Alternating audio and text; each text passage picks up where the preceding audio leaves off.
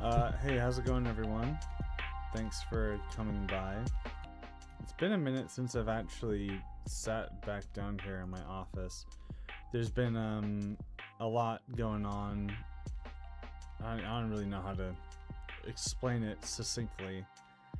The easiest way to say it is that, like, my motivation to make videos is down. And I'm hoping that by getting back in the saddle here, I can reignite my drive so that I can at least get a lore grave out. I tried making a script for something not necessarily Hoi 4 related and more like advocating for video games as a medium of art. But I'm not that passionate. Like, you know what I mean? Like, I write the script, it's good. I record it. I'm not doing the best, so I'm not. I don't know. This isn't a rambling. Well, I guess it is a yapping stream. So there you go, right? Hey, Sudanese, how's it going? Yeah, horrors. Yeah, there's a lot of horrors in this one for sure. Horrors. My stream's current bitrate is lower than the recommended bitrate. We recommend that. How do I do this? Do I change the bitrate in studio? Stream health. I don't know. I have to do like a stream just to even coordinate it before I do anything else. But let's take a look at this here. So, not much has changed in the map. But that's because I'm trying to figure out a couple of things. And I'm hoping that I can get people's input.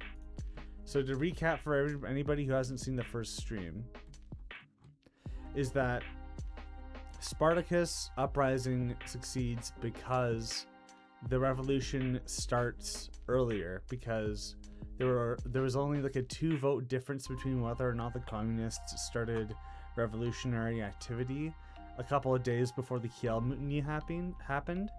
And the theory is, if the communists were to have the prestige of being the initial initiators of the communist revolution, revolutionary sentiment from those in the Kiel mutiny may subconsciously believe that they're more communist. And even then, there's a bunch of after effects that happen because of it, where because the communists have a larger sway, Herbert, if he's still the kind of person that he was, would be wanting to have control over the state, and he would be doing things like he did in art history, where he made a pact with the military saying that he wouldn't reorganize them if they supported his new regime, which blah blah blah. In this case, it's like he's using the military to crush the revolution.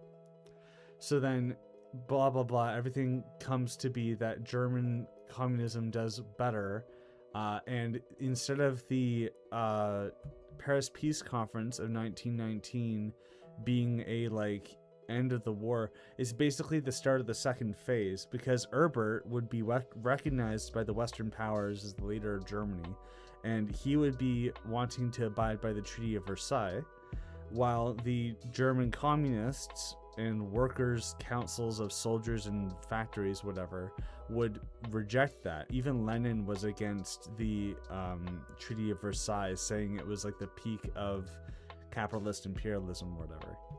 This changes, this rise of the German communists changes the priorities of Lenin and their attack. Instead of focusing more on unifying with the East, which we're going to have as a separate state over here, they do their best to link up with Germany. They send more troops to link up with Germany, which has the effect of also linking up with Hungary, which then also leads to them taking over Romania. France would be like deep in German territory. The US may have already not been intervening in the conflict because they, in the eyes of their whatever, it's mission accomplished, they came and they beat the Germans and they're going back home, right? But France and Italy would be trying to like establish the Treaty of Versailles. The communists would keep pushing back. There were the French Communist Party was founded during the time that this conflict would be extended to. There'd be railway strikes, which is already a historical event, which would be made even worse by the fact that the railways are being used to transport troops deep into Germany. The German nationalists would then be seeing the German communists as the people who are actually fighting for Germany. They would, because they're even pro-Anschluss, because it's like Austria and Germany, the only reason why they're separate is due to imperialist monarchies, so we should get rid of them. So they'd be pro-Anschluss compared to the Italian monarchy, who would be trying to fight for an Austrian buffer state. Red Vienna, blah blah blah. There's so many reasons why there would be a lot of German communist support, leading to like it actually being an extended conflict. In Spartacus, the original Spartacus, they have it where at this point the French and all the other Entente powers sign a new deal with Germany, where Germany faces no economic reparations, no military restrictions, and no demilitarized zones. The only thing that is a concession by the Germans is the current front line, which would have been like Rhineland and Baden-Württemberg. Those are just like not claimed by them, and the French can do whatever they want with them. So they set up a Rhinish state and a Baden-Württembergian state here to then like they then want to use that in order to execute their designs on like dividing Germany up. And I think I have, yeah. So here's an example of what like the sort of end of the World War peace conferences that they had signed up. And here you see Kingdom of Baden-Württemberg and the Rhinish Republic. Those would have been the French things already. The Parisian dream is completely shattering their state. The British is more like doing this. The compromise is more like that. But yeah, so that was the idea. Those are the two states there. Here's another example of the way that the borders are. It makes sense why the Ruhr is communist when there was plenty of workers' rebellions there. At one point they had the Soviet Republic of Bavaria be separate, but that's not a thing. Notably, they don't have Austria as a part of Germany, but they do. I think this is a communist revolt in Austria. I don't know for sure. But yeah, so Germany and the Entente powers are then in an extended conflict where they're fighting these guys to not be subjected by capitalist imperialism to give up their resources and their money. But in a communist society, like if a capitalist is at war with a communist state, it would be really stupid for them to be asking for monetary war reparations, because then the communists would just like print a bunch of money. But then again, that's exactly what Germany and the Weimar Republic did.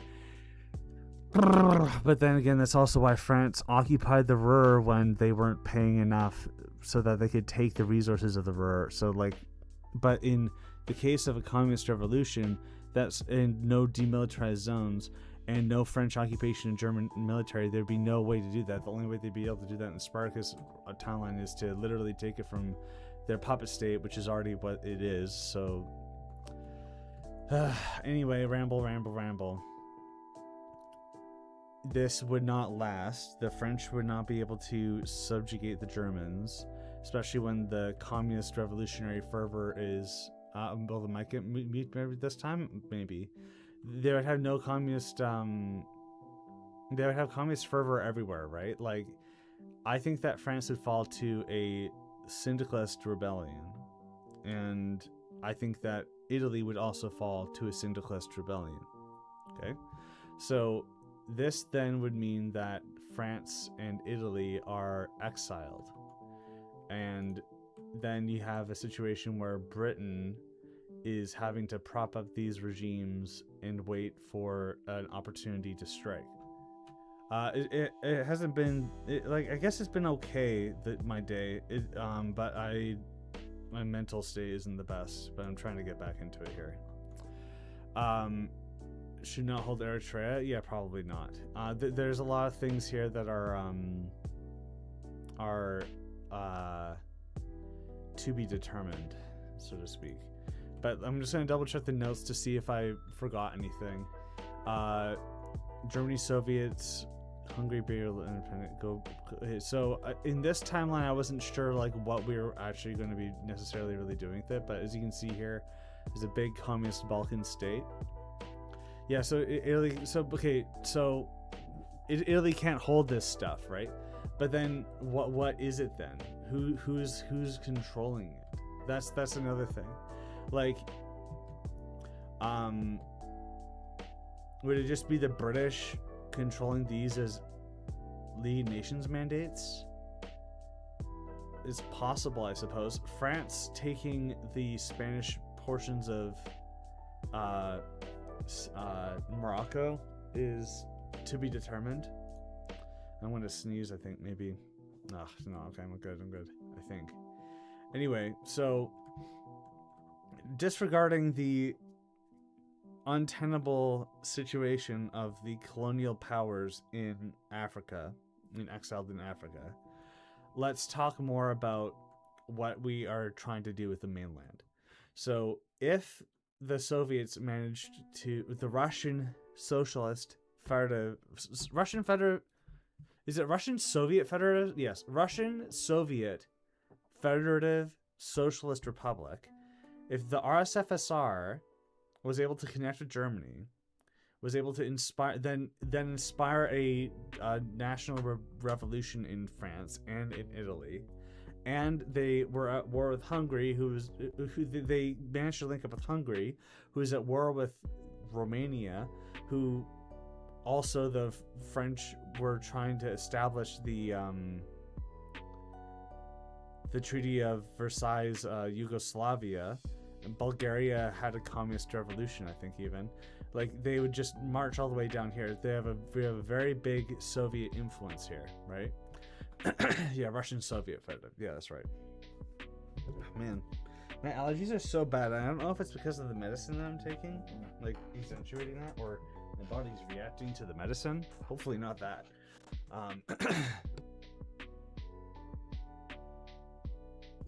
We're getting to the national part of the syndicalist thing.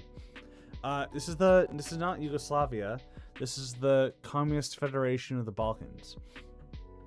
I'm not entirely certain about how the Balkans should be represented, but the way that I see it, it's like the Hungarian Communist Republic was at war with all these people. They claimed oligarchy Hungary. If Russia was supporting these guys and they would still be at war and they wouldn't have any foreign benefactors, how could it be then that the Balkan states were able to exist as non-syndicalist states, non-Soviet states?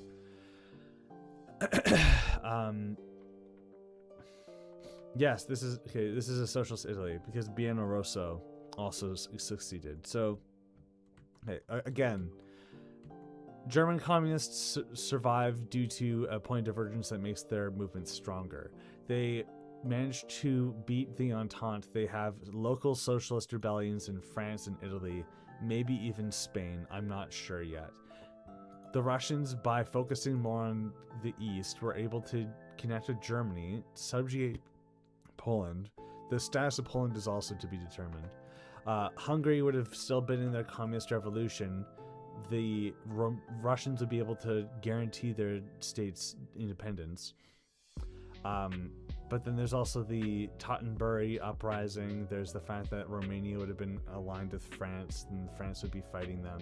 We just have a full communist suite down here, right? That's the current lore. So where I'm going with this, at least in my current iteration, is that by a certain point, tensions between these three blocks reach a point where it's untenable to have them all as one united front. Obviously, during this revolutionary period, the Third Internationale would be working with as many socialist movements as possible to get rid of capitalism. But then the problem comes when there's differences in ideology. French syndicalism would have been directly intertwined with fascism because there were a bunch of communists, French communists, who used to be fascists. Like Dorio used to be a fascist. It used to be a communist, like right wing of the SF Socialist Federative, whatever. Right wing of the Comintern in France.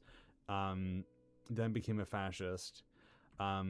Mussolini was a socialist before he became a fascist, and he may have disagreed with Lenin's anti-war messaging, but because of the way that the revolution turned out, the anti-war sentiment causing a socialist revolution in their home country spread to communism. So Mussolini might be one of Lenin's strongest soldiers, which is one of the craziest things. I think it's like, Lenin was right, I was wrong, I'm sorry. Maybe he wouldn't do that because he has a big ego, but who's like, we can make a bunch of different arguments for that, but at least at the very beginning, the Italian state would be aligned with the Soviets. But then what I have happening is, due to disagreements between all these states on how to proceed with communism, they break apart.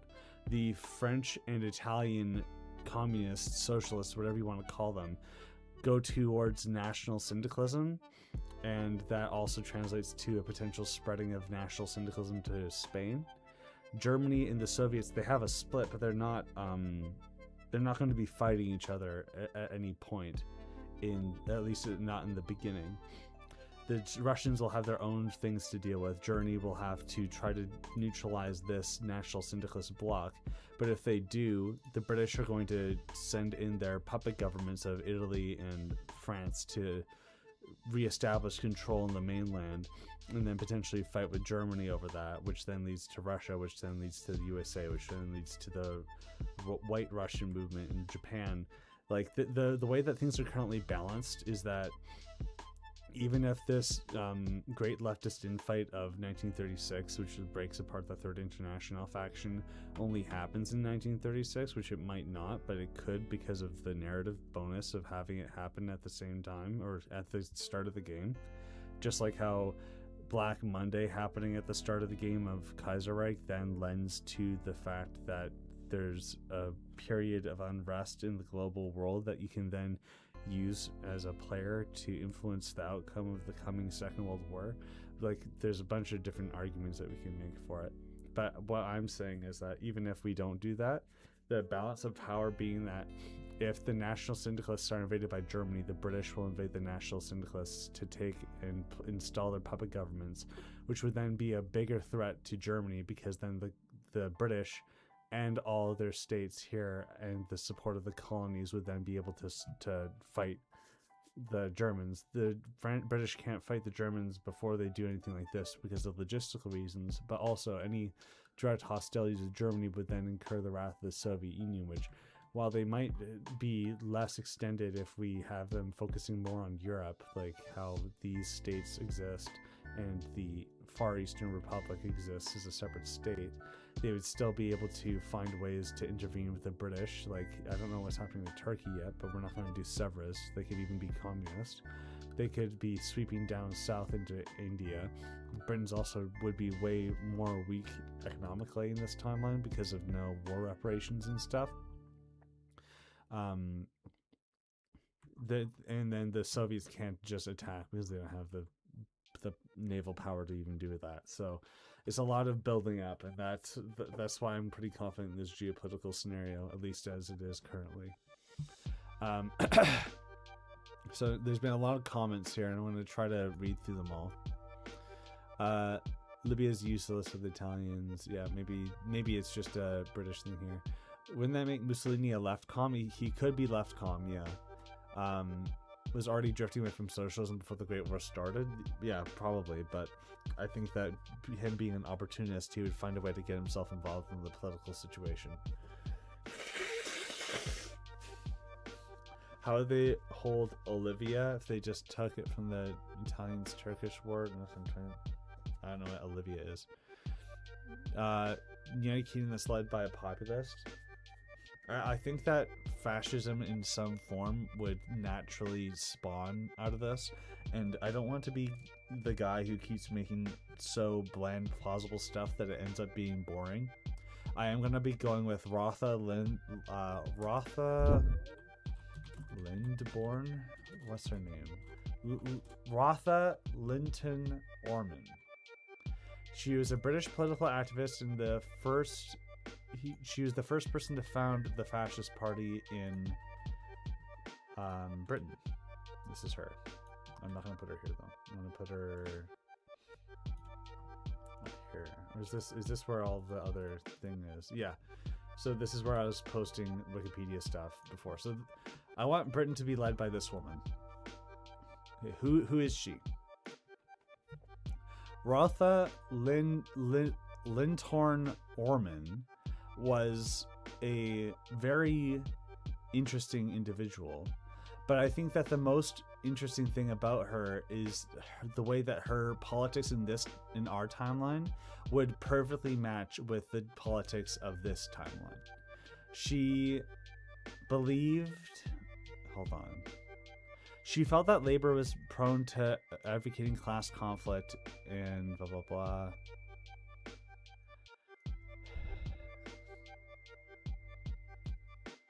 I wish I could find an exact quote, but from what I understand about her political ideology is that she thought that socialism and communism inherently meant the death of the state, like an apocalypse. And the only way that society could be rebuilt, quote unquote, from the apocalypse that is a socialist revolution would be to have people like basically prepare for a collapse of society. She would organize women's paramilitary battalions, and she was a huge advocate of King Edward. She may have even been lesbian. I don't know for sure. She had like a really close female friend. I think I could be completely wrong. She had a really close female friend who she was doing illicit drugs with and then died of an overdose. Like, I don't know that much. But the interesting thing about her ideology is that it was female focused. And there was some sort of like potentially, and this is speculation, a mysticism of the role that females have in societal development and reconstruction. Really interesting character. Potentially wouldn't be called a fascist because she just took the name straight from Mussolini. And if Mussolini has any sort of inclination towards socialism, she wouldn't be a fan of him. So she would potentially be finding a way to make a new ideology of some kind, and that could be the fascism, quote unquote, of our world, but it would be of this timeline. But it would not be some weird mix of like syndicalist economic policies and attempting to marry the proletariat and the nation like early Italian fascism was trying to do. It would be like a revivalist, like preserving society, preventing the apocalypse, potentially using a lot of Christian mythological symbolism of like the Judgment Day and the Four Horsemen, blah blah blah. So this is who I'm thinking would actually be leading Britain. Didn't she die in 1935? Well, we can butterfly that. Greece should be British ally. It will be. Let's have with Oslo Moli, let's be fascist, not fascist. So, what? Less fascist, not really having a fascist. But here's the thing. She says she's a fascist, but she's actually not. That's the thing. She thinks, like, the most important thing about the way that the ideology of British fascism developed is that this person was basically like a grifter who then was noticed by a better grifter, who then used his political knowledge to unite together with a bunch of other far-right groups, which is why the British Union of Fascists' full name is the British Union of Fascists and National Socialists, which National Socialism wouldn't exist, fascism wouldn't exist.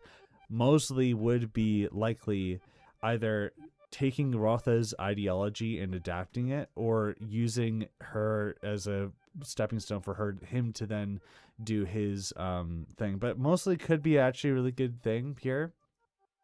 Like, we could have this person be the LARPer, right? And mostly was pro European Union. He wanted there to be a pan-European state. And if Britain is supporting the Italian and French states reintegration and basically like having Britain have control over these states, like vassal feeding in EU4, he can then use that political leverage and even like supporting Greece, being like the one arbiter of fighting for Europe. He could then form like a British-centered European Union with fascist economics without fascism, which is pretty interesting, and I think it's still in the spirit of the original, but at this point it feels like this is like so far from Spartacus. And honestly, I don't really care. Like, I used to care about like trying to keep the core of it, but I think that this is so much more interesting that like we can use Spartacus as a springboard, but we could have a completely new wording here just because of how interesting this situation is, with the way that this woman's ideology is perfectly resembled in this timeline, and the opportunity for them to establish control over Europe and then fight for Europe, especially when this is a very European timeline with Russia trying to take, well, you know what I mean, like Russia and Germany fighting then the capitalists who would then need to destroy both of them. They'd be occupying all of Europe anyway. And then if Germany is fighting Britain, and then they take out these puppet regimes and they take out these national syndicalists, then it would be another pan-European timeline, right? So this is all about like a war for Europe, basically, and a clashing between two different ideologies. Wouldn't Ireland be independent by now? That's why it is independent in green. What's her last name? Lintorn-Orman. I'm just gonna copy paste the end of the wiki thing. Rotha Linton-Orman. This is the woman here. Any far right Britain is no good Britain, if you ask me, obviously, of course. Everything is best for this timeline. Yes, it is. And then I can proceed. Why not making Turkey leader of the Middle East?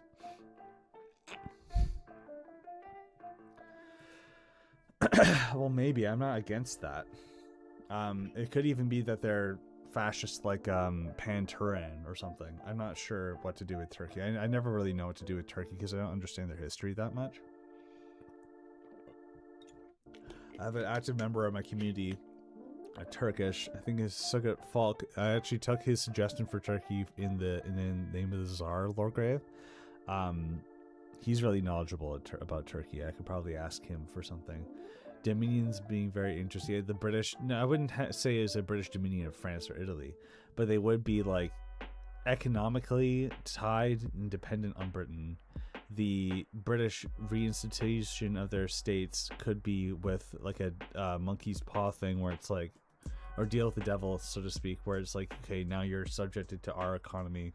The British would be the most powerful capitalist country that still exists in Europe, because it's not the USA. Their dominions, if they still held on to them, would be able to supply the resources needed to potentially fund and support a reconquest. So there's like no other, it just makes sense to me. She wouldn't be able to lead Britain. Yeah, I think that she could be like, she might not be able to lead Britain, but she would, her legacy of her ideology and the institutions that she would help found would be pivotal in the nature of this Britain. There would be like there would be female British paramilitaries in France, in Britain. I don't know why I keep talking about France. The populist ideology of this, I don't know. Red Flood has the church recognize the communist government as long as they don't persecute believers.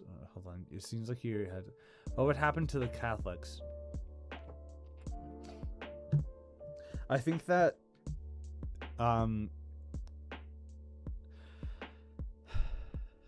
if Italy was led by a Leninist, then they would do a lot of persecution of the Catholic religion. I think that for Italy to have survived this long as a non-monarchy and socialist state, they would need to be tolerant of the Catholic religion, which then means that would be a tension point between the atheistic Soviet Union They would accuse Italy of being subjected to the panacea. What is it? There's some term that is like you're just letting religion control you, that communism, that Marx had even said. But regardless, there'd be a dispute between them, which could then further lead to that national syndicalist idea that I have with Italy and France, separating from the orthodox Marxists that the Russians say they are. So the Catholic Church would still exist, but I think that is a good opportunity for there to be a tension point between communists in Italy, for sure. Opium of the masses, that's right. So I think that the Pope would potentially still be allowed to exist, but he would be basically like Thanos snapped immediately if a ultra left, a leftcom or a Leninist took over Italy, and it would be like a Christian socialist syndicalist federation, which is going to be pretty unstable, to be honest, which is why the national syndicalists come. It could even be that the reason why the national syndicalists are even in Italy at all is because there was a movement to then destroy the Catholic Church, but then socialists who aren't properly educated on Marxist blah blah blah are then like, no, but I like worshiping Jesus, and then that's when the national syndicalists use that tension of the political situation to their advantage to seize power. So that is, I'm gonna write that down somewhere.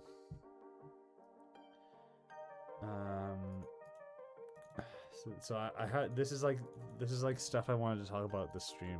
I'm just gonna put here ideas from stream. Italy lore is that they're moderate Christian socialists who then get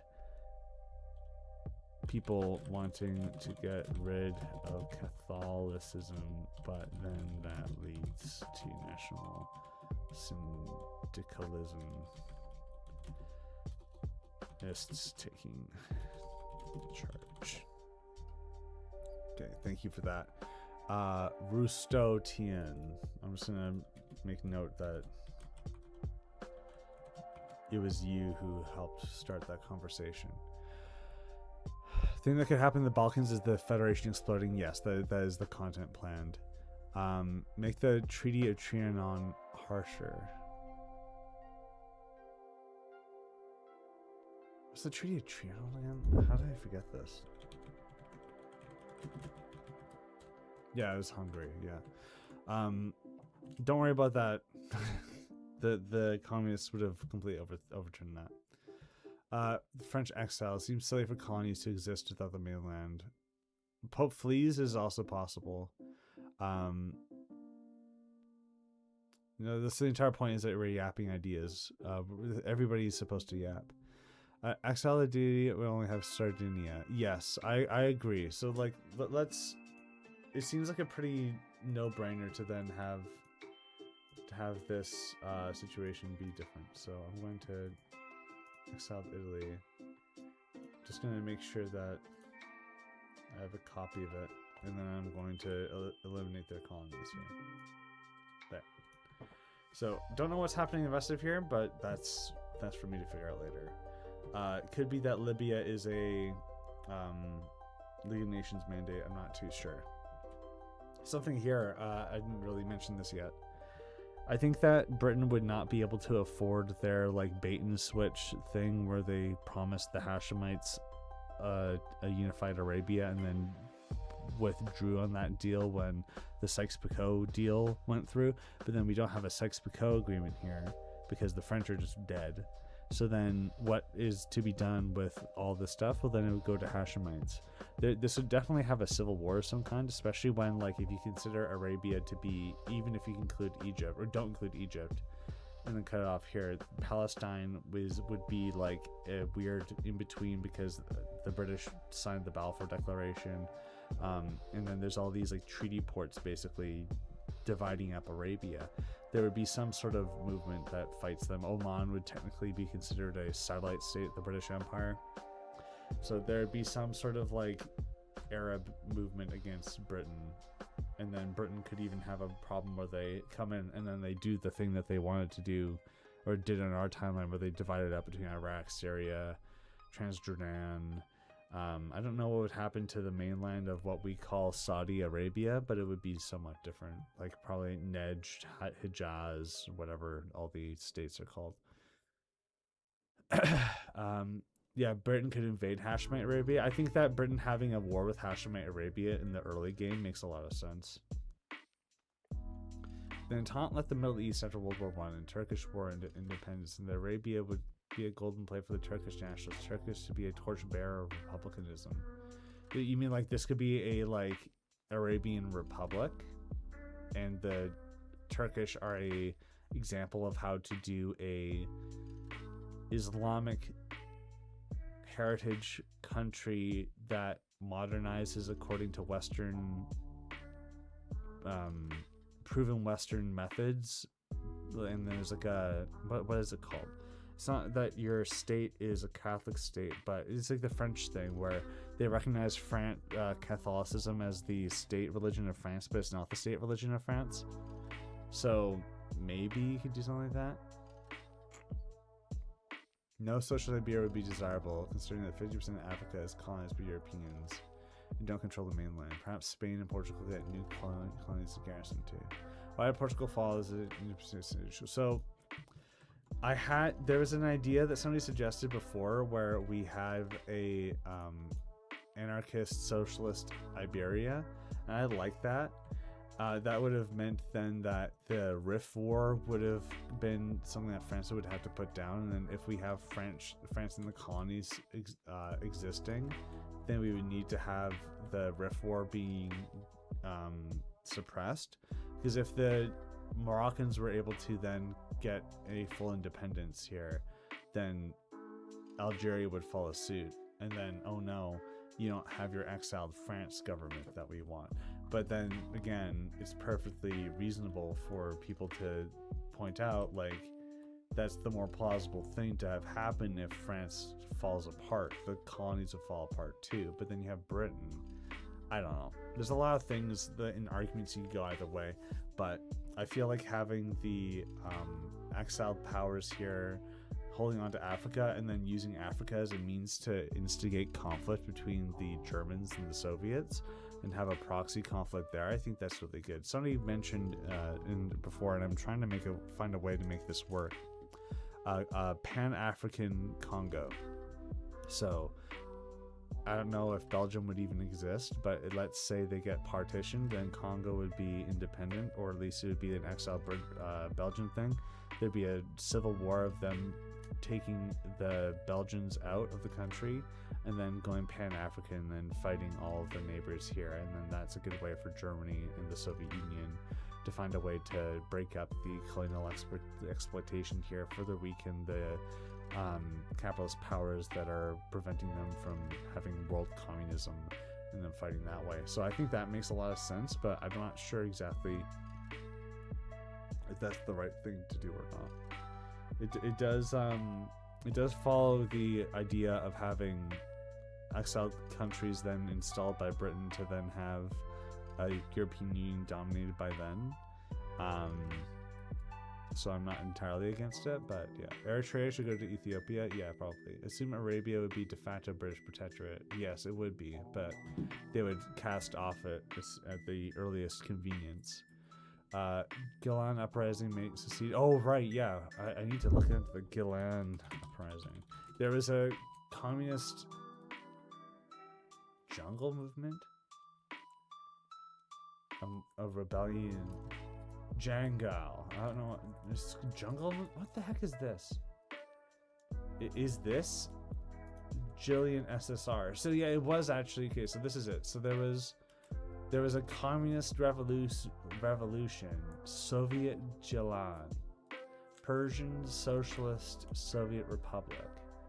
Short unrecognized state, Soviet Republic in Northwest Persia, the Caspian Sea. Like, that could be a thing, to be honest. And it would make for a really interesting dynamic in the Middle East. You could even then have this pan-Arabic Hashemite taking over the Arabic portion of Persia. You could have the Kurdistan of Persia then justify the Kurdistan of Arabia, which then makes Arabia upset with Kurdistan. We could have Azerbaijan SSR extended down here, socialist Iran. I think we have enough communist countries, guys. No. Look, if we're getting rid of socialist Iberia, then having a different Middle East here would be really interesting. And it's in the Soviets' interest to find ways to destroy the imperialism of here. And if we have a communist presence in Iran, it could even be that Iran is split between the Soviet and British, but then by having a way to like connect up with the Arabians, you'd have the Soviets trying to inspire Arabic sentiments against Britain to then allow them to go in Arabia and establish communism there, right? There's a lot here. There's a lot of potential here. Who made this suggestion? The Gillen, human being of all time. Yeah, that's quite the name. I like that. Human being of all time. Socialist Iran. Human being of all time. So the exact quote he has here is, the Gillen uprising might succeed in making Iran socialist, and there could be a power struggle between the hardline Leninists and agrarian socialists. And I think that's also a really good thing too. It isn't necessarily that they would actually be pro-Lenin. There'd be a lot of conflict there. It could even be that while there's a socialist Iran here, they're not actually a part of the of this faction, and then there could be a civil war. I don't know, like an extension of the civil war. But I'm gonna divide them up. So let's look here. Do I have a map of our timeline? Yeah. So here's the demarcation line. We could then have that part. You know, that's a little too. And what is the Kurdistan? What is the boundaries of Kurdistan? Like, there's a bunch of different. Hold on, do we have it in AOTR? It's crazy that I'm like pulling up AOTR stuff, especially when it's like definitely not even a canon thing anymore. Other timelines, old AOTR, and there's just no. Oh, it's only for America. I see. Krasnot. Nope. KGB. They have the big Azerbaijan. This is our timeline. Here's Imperial Twilight. I have a similar thing here actually. So he'd take these ideas. Is that Kurdistan? Yeah, it is. That's crazy. But Kurdistan would. Okay. We're not going to worry about how silly that is. We're going to take these two things and we're going to copy and paste them. By doing it, I'll do this and I'll read chat. Exile governments in Britain. You have German exile government. Yeah, maybe, but I don't know about that because it feels like that's like kind of against the idea there. Yeah, but this makes no sense. Okay, I'm only taking this as a means to, but then I could have just done that. Yeah, never mind. So we're just going to delete that. This Kurdistan thing is important for me though because I need to know where Kurds exist. Kurdistan existing separate from Turkey is interesting though. But we do like this, and then this is our Iraq Kurdistan. So Kurdistan would be like this. Britain would want there to be a Kurdistan. I don't know if the Turkish would allow that. If the communists are occupying all this stuff, though, it makes sense. And if Persia goes communist, then it doesn't make sense for these states to be independent. And I thought that they would be independent just because the Soviet priorities in their civil war would be to focus on the East instead of the West, or the West instead of the East, which then would also translate to the Central Asian countries. Chad, there's too many exiled governments. How is independent besides Ethiopia is crazy.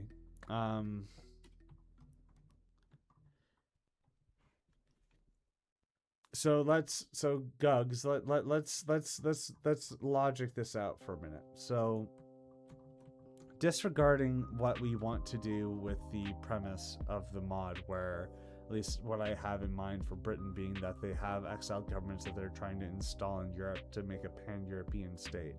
Disregarding that and just looking at what we have with the timeline, I can see why it would make sense for like a lot of these states to go independent, in the sense that if you just ignore what Britain's influence would be on the whole situation and look at the colonies here.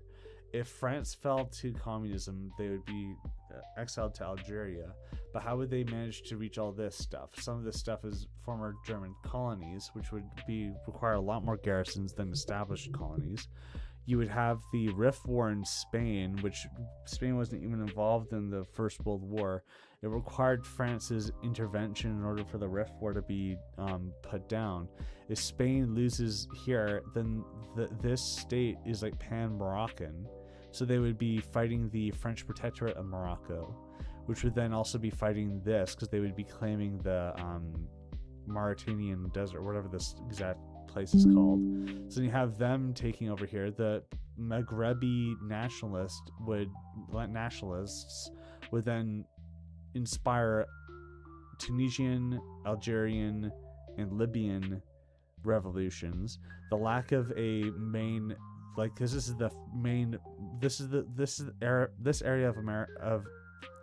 this area of Africa, Algeria, is the most populated by French people in all the French colonies in Africa. So that would be the most stable. And if they lose that, they lose everything. They lose Mali, Guinea-Bissau, Golden Coast, Togoland, Cameroon. They lose everything. And even this, like, they just lose it all. Britain would not allow that to happen. Right? Like, maybe Morocco falls.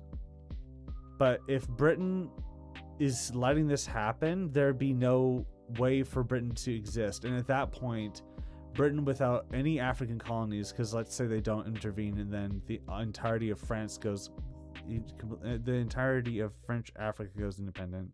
Belgium somehow gets invaded. Congo's independent. Like, there's no world economy at that point, and then you just have communism everywhere, right? Which, this is why I still have at least France exiled in Africa, right? It would be way too much otherwise. But with that in mind, while we're here, I am going to make note of this whole Morocco situation by putting Morocco on the map at all. Look, I'm already here. Morocco. So, Tangier Protocol. These little Spanish colonies are gone. And so are these Spanish colonies.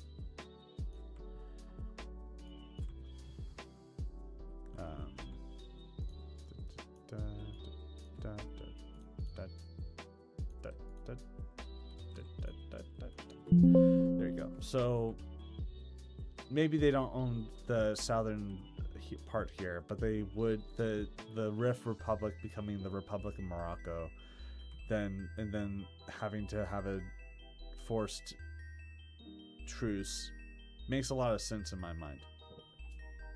This also then further pushes Spain towards dictatorship, which would then allow for us to have a Kingdom of Spain 1936 aligned with Britain having a civil war with national syndicalists, then predicating a conflict with the British and the Spanish, which then leads to the French being invaded by the British, and the Germans see that, and then they invade France, and then however the game plays out, Germany occupies however much, Britain occupies however much.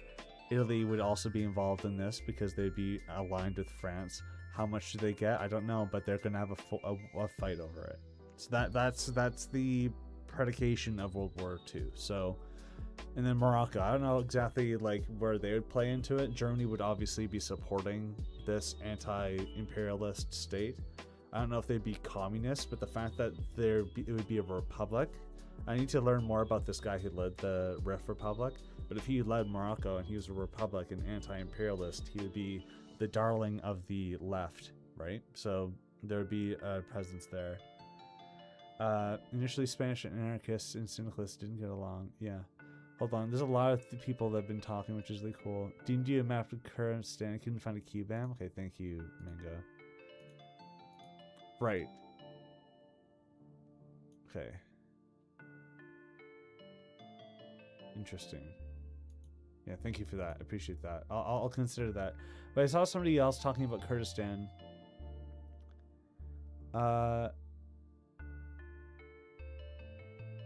Somebody was asking like who would even be the ally of Kurdistan. Hold on. Italian hold exiled government in Britain. You have German exiled government. Yeah, I'm like way too high up. Greatest Kurdistan is much bigger than that. Turkish just steal Kurdish, Syria, and Iraq. Maybe, actually. That makes sense. Maybe instead of a socialist Persia, Balkanize it? I think that the British would need to have Persian oil. So I think that there'd be a divide at least. Western Sahara. Libya doesn't need inspiration. Content. Pre-colonial French African colonies should become independent again. There's struggles between the different countries to influence. Maybe. Here it is. The question is who will be the Kurds' friend, because historically no one wanted this state to exist. Britain won't be though, because in this timeline they would prefer stability for Turkey. Maybe, but a lot of people thought, including the communists, that Turkey would become communist, but then they didn't. Which I suppose, like, in order to keep them not communist and aligned with the West, the British would be supportive of that, but I'm not too sure. Like, having Ottomans controlling all the Kurdish states, it's like, maybe? I don't know. It could be a Senussi state, stretching from northern Mali and Niger through southern Nigeria to Libya. That would be crazy. I personally, call me crazy, I don't think colonies should exist. So having anti-colonial stuff like this is fun, but at the same time, you still need to have a France with power in order for this scenario to work. Like, there should definitely be opportunities for conflict. Maybe one of the conflicts that France does, they have a war with Morocco. And if Morocco wins, then all of France in this is defeated and only Corsica as France exists. I think the British would want to have security in Western Africa, but Northern Africa is really important for geography too, so I'm not too certain. But suppressing the Moroccan state would be a really good early conflict for Britain and France to do. It could even be that when the divide of all this influence happens, they just immediately invade Morocco, because if they let Morocco exist and then align with the Germans, when there's such a rift in the Third International, they're screwed. So they need to secure this from a geographical position. They need to secure this so they can push up that way, right? So it does make sense. So I want to put that down too. Where is it? No, it's stream 2.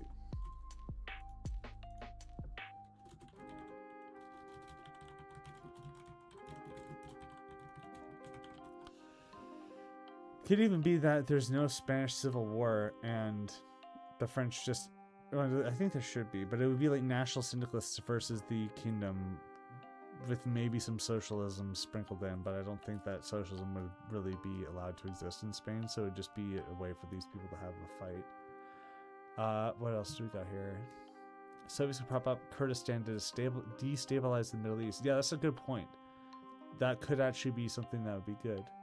You know, make an Africa and post on Discord. Okay, thank you, Gugs. I appreciate that. Isn't Turkey in the way? Maybe. If the RIF war, Morocco should be a republic. Yes, Moroccan republic. The Spanish needed to help the French to come with the RIF levels. Yeah, Spanish exiles in Côte d'Ivoire would be surviving with British aid. Be interesting. Yeah, potentially. West Sahara to France? You mean this? Maybe? Kurdish state in the Middle East is practically in geopolitical terms impossible. Would not work without heavy support with Britain for some reason. Would give a landlocked country.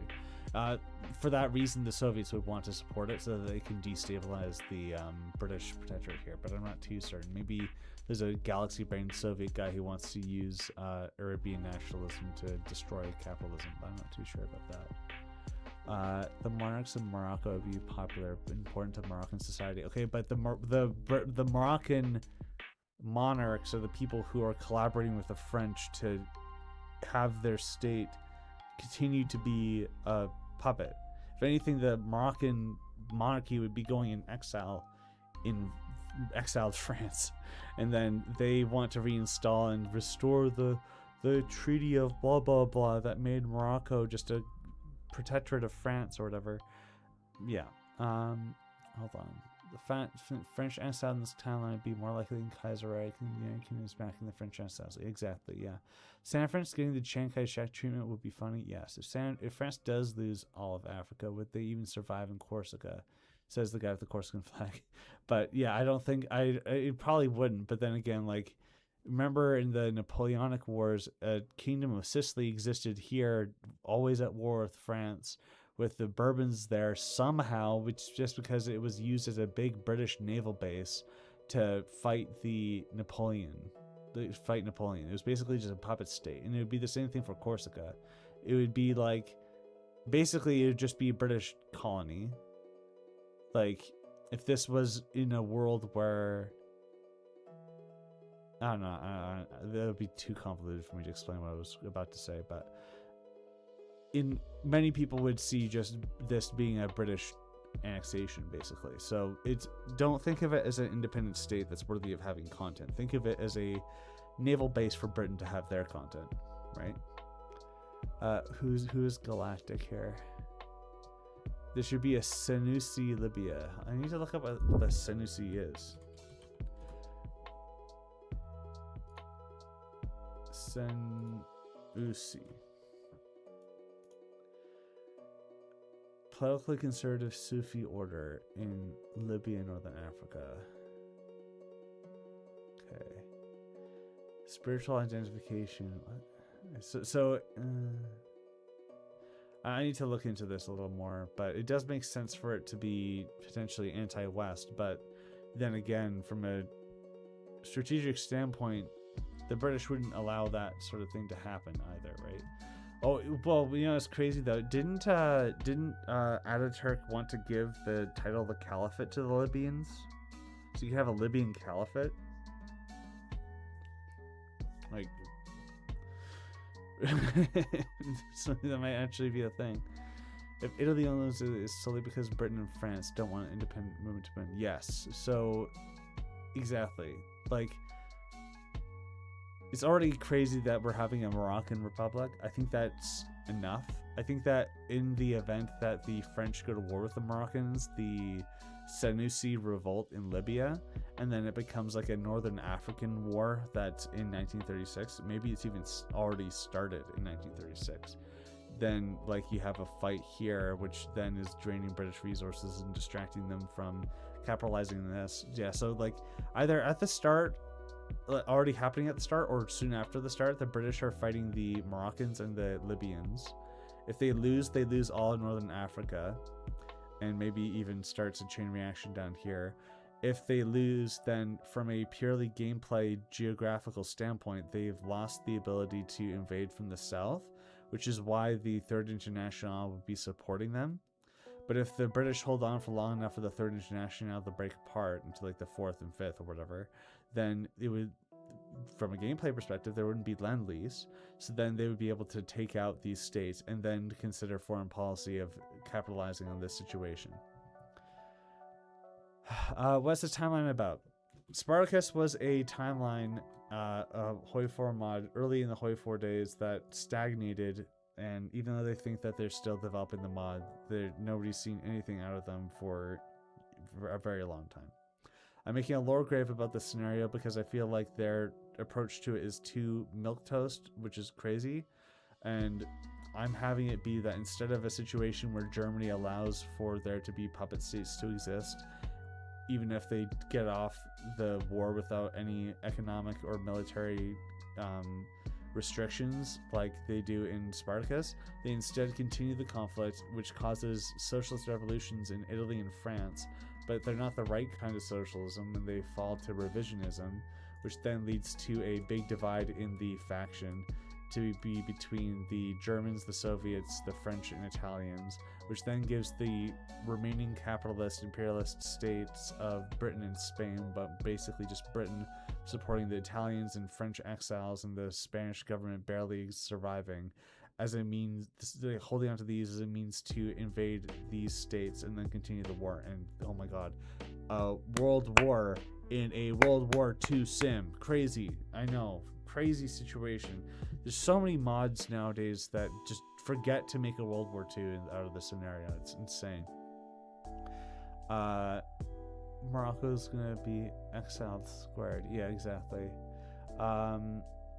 Idea for America, democratic. Well, I want to focus on Europe right now. I don't really know what to do with America right now. We would probably take Somalia, but Eritrea would definitely, yeah, Eritrea would definitely take Eritrea.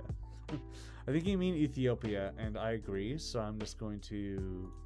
Oh, okay, but then I just gave the entire world to Ethiopia. What the heck?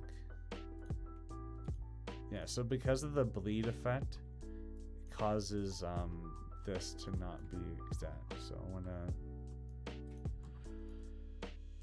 fill this in. It just makes sense. Like, I don't know, Djibouti being independent, maybe, I don't know, but British Somalia, even just from a British Somalia thing, makes sense.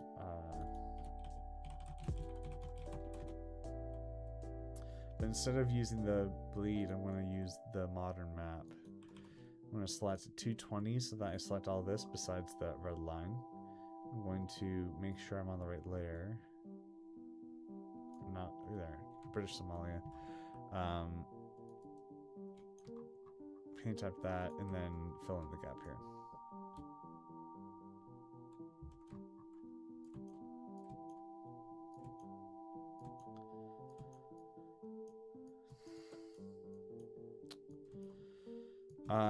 What am I thinking about right now? What can I say? So I want there to be some form of African destabilization, even from a like makes me happy perspective, but from a plausibility perspective, having the colonial empires of the French and British, the British, yeah, but the French, when they're completely exiled, is a little implausible. It makes sense from a gameplay perspective to have the more powerful state, because how else is Britain supposed to be standing up against Eurasia and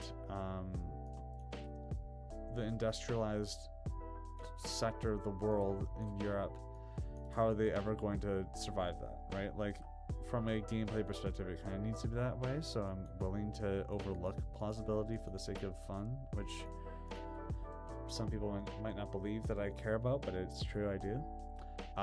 So yeah, like, this kind of makes sense to me. And then, like, it could be that Somalia is just a League of Nations mandate, because it's like northern Somalia, whatever. And then, yeah, I like alternate borders. It's fun. No French exiles content. I mean, like, if we're gonna be talking about priorities French exile continent would be like the least priority, and it would be Britain, Germany, Soviet Union, maybe the USA. French National Syndicalist France and National Syndicalist Italy have opportunities to do stuff, but in the case of it being like, is it going to be fun for World War II? It makes a lot more sense for them to be a speed bump. But then again, anybody can play nation and beat up an AI, so we need content for this stuff. So National Syndicalist Germany, and then they could divide up Germany. I don't know. Then it could be that the Soviets then go in on them, and then they have a war. It just changes the way that the borders of the war are. Maybe even like Britain goes, hey, let's actually just work with these National Syndicalists. Why are we even fighting? And then they have a big fight. That could be another way that this whole goes down. But then again, it is also possible that they just fight over this. Like, Britain would attack the loser. I think that's a better way to look at it. Britain would attack the loser, and then there could be a British and National Syndicalist alliance of like, okay, let's just, Bolshevism is the problem. There could be the monarchy restored in Italy, kind of like the weird synthesis of those two ideologies. Maybe the British just stop supporting the monarchy, and then the National Syndicalists take over Italian's thing here, just so that they can dunk on the Russians. Is the big Arab state aligned with the UK? Yes, but they would be revolting. The UK would not be able to control them. Yes, so they basically used Arab nationalism to defeat the Turkish, but then because they can't divide up Arabia with France, they have to fulfill their promise. But then by fulfilling their promise only halfway, by having a mandate of Palestine, which would be, by the terms of the Balfour Treaty, having a lot of Jewish immigration, there would be a conflict. I love the idea where Britain utilizes exile governments to form EU. Are you serious? Because I thought you were anti exile governments, but yeah, I like it too. The UK allies syndicalist France. What would happen between the two French governments?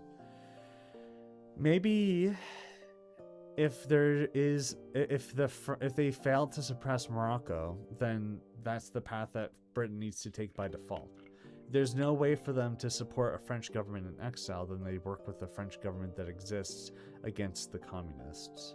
So the National Syndicalists would actually want the Moroccan and Libyan states to win so that they can use the British to their benefit. Man, I love designing Hoi 4 mods. It's so fun. We have Algiers, France split from Britain if Britain supports the National Syndicalists. That's also possible. That could totally work.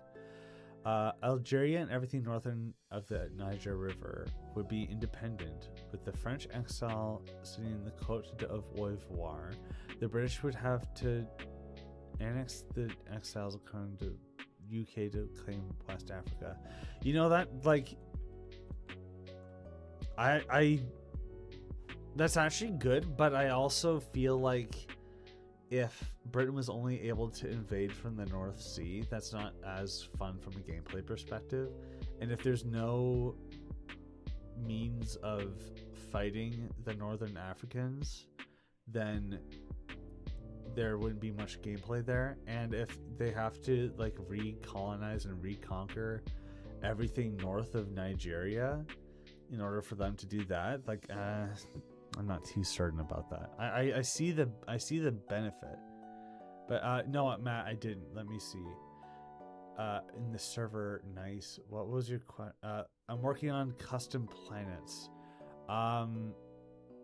Yeah, I just share it in the art section or whatever, but I'm trying to focus on the timeline, please. Vanguard socialists, Vanguard communists, socialist nationalists, and democratic socialists. Yes, that's the three main ideologies between Germany, Soviet Union, and France and Italy. So what else do we got here? Somebody mentioned Senussi, Libya, and I think that's interesting. I guess the big question is, which path do we go? Do we go with all of North Africa decolonized? Do we go with all of North Africa decolonized, or do we do something in between? So I just realized, like, it wouldn't make sense if we had, like, Algeria and Tunis all independent, because then, like, Egypt, Arabia and all these places, they'd just be fighting. Like, why have that happen off camera when you could have it happen in the game? You have, like, the front line could be different. Yeah, maybe Algeria isn't the front line, but maybe it's Britain and then Libya, and then the Libyan protectorate has a revolt, Arabia revolts, then Britain's fighting in Egypt to try to take this down. They, at their greatest extent, Britain could be doing a huge desert campaign all the way to Morocco. Maybe then Britain invades from here. Maybe this is when Spain and Morocco are allies. I mean, this is how Britain and Spain are allies. Spain allows Britain to then go here. Spain gets their colonies back. Britain puts French protectorate. Maybe it's just a British protectorate. Who knows? And then they go through here, and then that's their campaign in Northern Africa. Right? Like, that's possible, but then you could also have it be where it's more limited, and then that balances the game to a certain extent. Like, there's a lot of things we can do here, and I like to think, let me cook on Africa. Okay, we're just not. I want to let Gugs cook on Africa. Let's even plan for Soviet leadership. Yeah, that's a really good question. What's the plan for Soviet leadership? The dynamics would be totally different with the ban of factions. Here, okay, so before we even talk about the Soviet Union, I have a really crazy idea. Like, actually insane, okay? Bear with me. So, in Spartacus, Poland exists as a Soviet republic, but is not in the Soviet Union for some reason, okay? Even though Lenin set up a Polish Soviet government in exile, and they would occupy Poland, and they would put that government in exile in Poland before they ratify the treaty that established the USSR, for some reason they're still independent. Probably because of balance, probably because of Germany and Soviets not getting along because of it. I say, to hell with that. Screw that. You want to see my big idea? USSR D. Instead of having all these nations that the Soviets would have liberated be separate, we go all the way.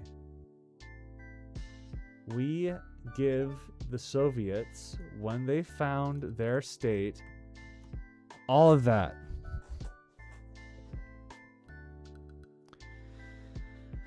Why, Lord Dad? Why would you ever decide to do that? That's insane. That doesn't make any sense. It does, because the Soviet Union being a successor state to the Russian state was never the plan. It just ended up being that way due to the geography, and then they kind of leaned into that.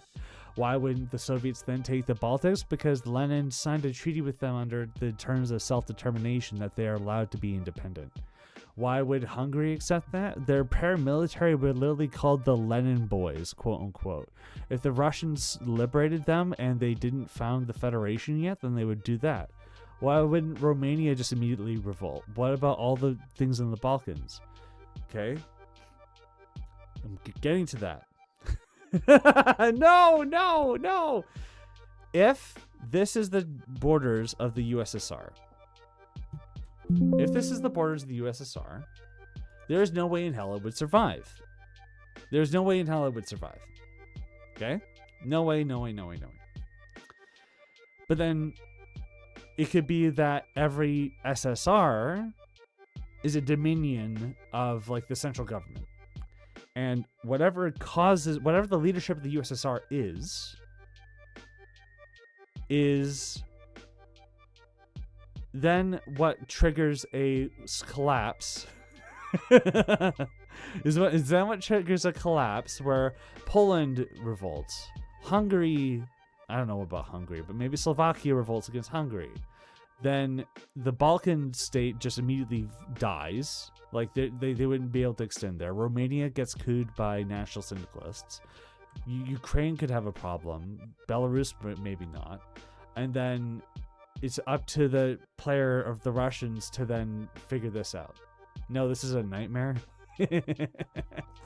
Well, okay, it could be this. Here's the alternative. Do you want this instead? Because this was Lenin's idea.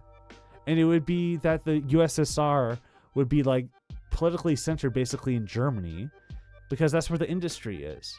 And at this point, with like a little bit of this, why don't we just have it where instead of all this, there's a big divider here, and then it's all of Europe that's under Germany. So then you just have 1930, you have 1960s TNO Germany in 1936, right?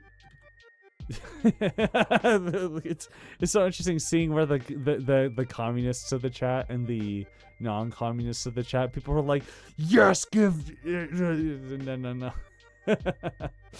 World conquest USSR, it would last for 3 seconds. Yes. No, it hurts my eyes. USSR directly controlled by Berlin. German USSR based.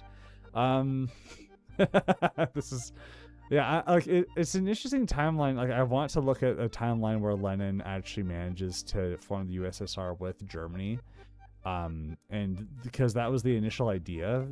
It could be interesting, but for the sake of the timeline, I was thinking, look, there needs to be some way for Germany and the Soviet Union to have a fight, because this was already the plan in the original. But if Hungary was so pro-Lenin that they would be wanting to join the USSR, if Poland was so pro-Lenin that they were literally made by Lenin, it would be that Poland would be the USSR, then why not Hungary? But then what about Romania? Romania would need to kind of be that way already. But then if we're already having the Baltics be a part of the communist revolutions, and it's the Soviets that managed to install them, then this is the only natural course of action. Even if it seems ridiculous, this actually has a logistical possibility of making sense. Like, okay, but what would happen from a gameplay perspective? Like I mentioned, you just have all these be separate tags. You have the Soviet leadership issue then causing a civil war of some kind. It could be that, like, the Soviets are dealing with stuff in mainland Russia. Romania revolts. Hungary is, I don't know what Hungary would be doing. Poland then revolts too. And then, look, this gives Germany the opportunity to, for the sake of preserving the communist revolution and prevent radicals from, or reactionaries from subverting the communist order in Europe. Germany invades and sets stuff up, but then the USSR is like, okay, give them back. And then Germany's like, well, what if we give a referendum? What do you mean a referendum? They were part of the USSR. You can't just do that. Well, why do you care about national borders? And it's like, but blah, blah, blah. And then they have a fight. Oh my God. Then they have a fight over it. Like, I don't know. Like, I'm getting more and more convinced that this is actually the right plan. I quit Gideon. You came here for searching the I quit Gideon video. Why is the algorithm taking the Gideon situation and recommending my content? Make Tanatuva somewhat relevant in any capacity, please. Sorry, I cannot do that, because I have them being under the White Russian movement. Pretty sure. It could just be that they exist, and then it's like a buffer state for a bit. I think that was my idea, but I don't think they're going to be relevant. So here I'm just selecting the internal boundary so that I can further indicate that this cursed idea is actually more and more cemented in my mind. So I'm selecting all this black stuff. So now when I do non-contiguous and I take the internal boundary of the USSR and I select the right tag, I can just do that and then it's done. Anarchist Ukraine with other revolts. Independent Hungary, please spare us that nightmare. So you want Poland to be a part of the USSR. You want Romania to be a part of the USSR. You also want the Balkan Federation to be a part of the USSR, but not Hungary. Not Hungary, the people whose paramilitaries, not the paramilitaries who were literally called the Lenin Boys. You want them to not unite with Lenin after Lenin saves them. Like, just purely from like a character motivation, to me that seems implausible. German USSR, no. If you put Germany in the USSR, then like, no, like I don't think so. Hi, Matt. Make this but almost impossible to avoid Yugoslavian-style collapse after Lenin's dead, but making Tarantova the leader. What? How can I help you with Hungary? Could you clarify with me what the intention of Bela Kun and his communist revolution was in the event that the Soviets were able to, the Russian Soviet Federative Socialist Republic was able to unite with them, defeat all the enemies that were suppressing the revolution, and sweep in and occupy all of the Balkans? Does that not make sense? Silent Balkan revolt early on, where Germany supports the USSR to proxy each other in local areas. Yeah, that's the idea. Roman von Unger Tarantova, a little bit, yeah. That's what I'm thinking, because like I was already thinking about having like every Slavic state here having some form of revolt with an ideology opposed to Leninism, and then having like it could even be that there's no successor for the Southern Baltics that actually decides to unite with Lenin, and then like Tito in Croatia can unite the Balkans, but because he's Tito, he doesn't agree with the Russian method, and he can even be pro-German communist. I'm not too certain about where the ideological distancing between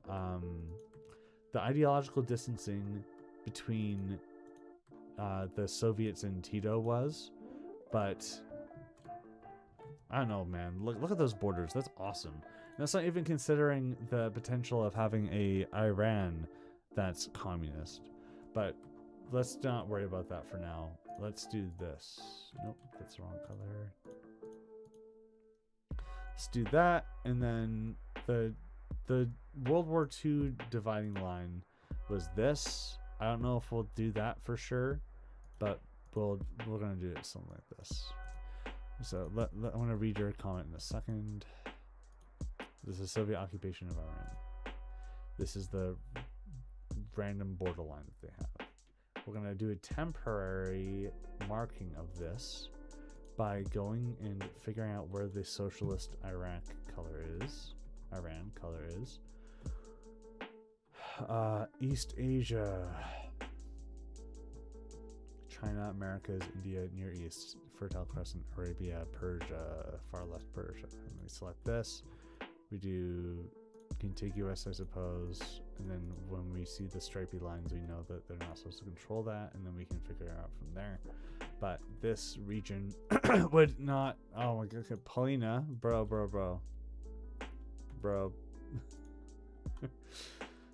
Chill. Okay, done. Time out for 5 minutes. Yeah, I can't read chat if you're telling it that. So, then we have this controlled by them,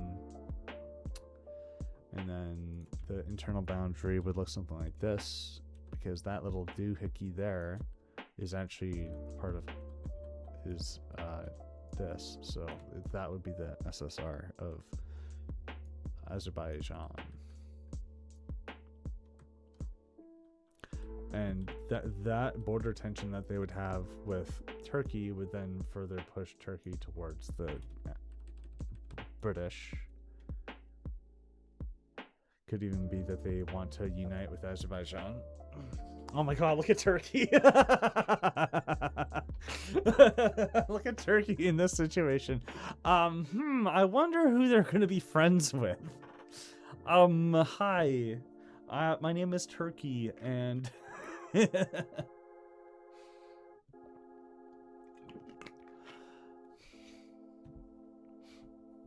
yeah, so deal with the factory workers of Lenin. Yeah, so I don't know, it seems like Hungary communist just makes sense. Why not include Iran and the USSR while we're at it? Yeah, maybe. Turkey is scared. Long live the socialist state of Kurdistan. We could have a... Yeah, like... I don't know, like, why don't we just destroy Turkey at this point, too, right? I don't know. I don't know, man. It's like Eurasia versus... Oh, man. When Turkey's number one enemy isn't Greece, yeah. Oh, this is so good. I love this. Made Turkey have a random province in the shape of Turkey. Sure. Add Turkey to the USSR. What was there was Turkish communist who died in a boat. On January 28th, 1921, 15 prominent members of the newly established Communist Party of Turkey were assassinated and thrown into the Black Sea. The revolutionaries who had arrived from Baku were forced to leave Trabzon by boat and were murdered by nationalist forces. I don't think that the USSR would be able to spread communism to Turkey. I think that if the Soviets tried to attack Turkey after they stabilized in their anti-imperialist war, they would be trounced. I think that Turkey would be kind of forced to be in the USSR sphere, though, but not really, because then they killed the communists. I'm not really sure. Is the map slowly turning red? Yeah. Don't destroy Turkey on the basis to have Africa. Unironically, yeah, maybe. Yeah, I know. Yeah, no problem. This is fun. German SSR. Well, have you seen German October? I've done that already, even if you might not like the ending. USSR and Germany have a pre-war Cold War, fight for allies into their sphere of influence, and then necessary you have 2 wars at TFR. Yeah, maybe. That's what I'm thinking, is that this Germany would here. Okay, we're gonna rehash this argument that I have with the communist in my head that thinks that their OTP of Lenin and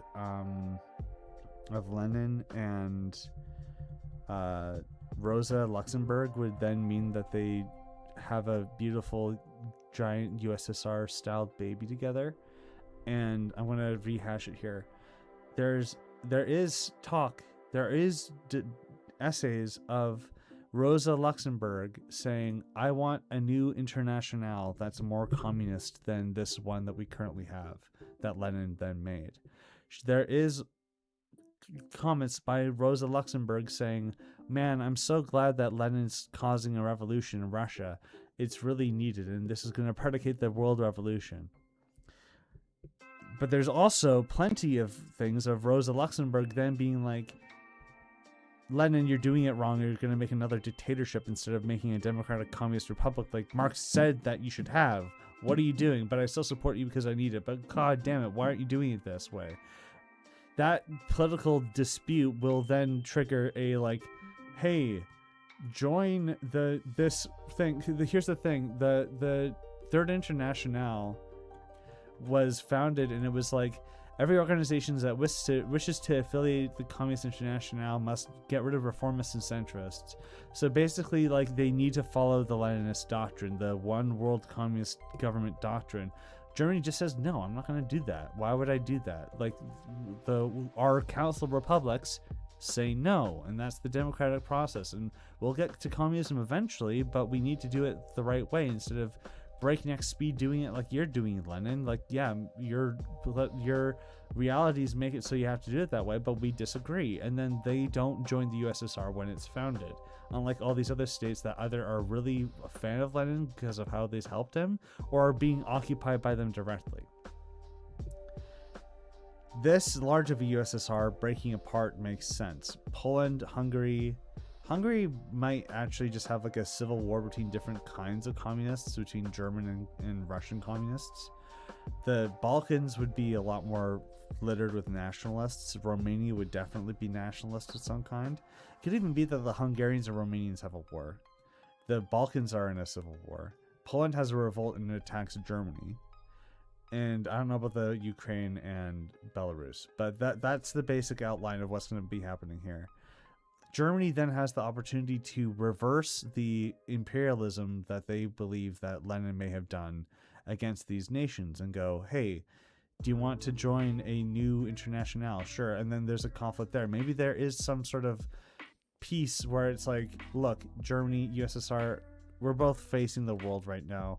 Russia, You may have done some really bad things with the communist revolution, but you had the right idea in mind, and we can't let the world destroy us. Let's bind together. But in that scenario, it's Germany dominating Russia and then forming their own German communist European whatever the fuck, right?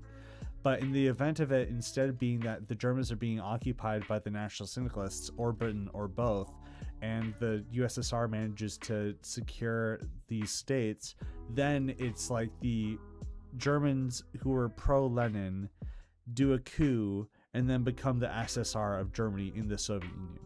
So you have both ways. And the ideological differences between the founding members of their respective communist movements then makes sense, but it's not ever a situation where they're directly declaring war on each other. They just have disagreements, and the one thing that's most important before anything is getting rid of the reactionaries that could work with the National Syndicalists to destroy either of their states. And whoever occupies them and sets up a different government, then that determines the way that things would manifest. But there's a gameplay element here that could be really good and fun. So I'm really anti having the Germans be a German SSR right now. But what kind of fucked up romance plot is this? I don't know, man. Eurasia from 1984. Yes, literally 1984. Yes, literally 1984. Thank you. Poland joins Germany in exchange for Silesia after the revolt.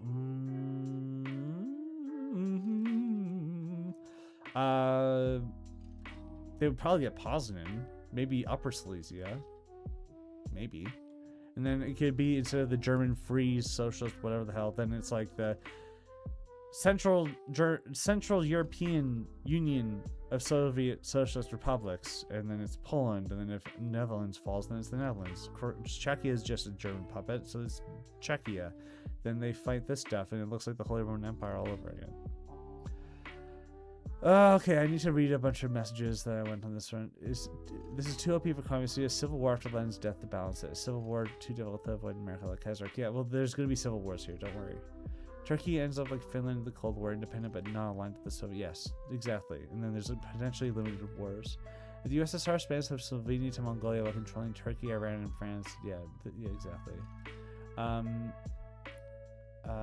Since they're next to this monster, the Baltics and the German Soviet split, the socialist allied Germany, but Turkey allies with Germany for protection against the Soviets?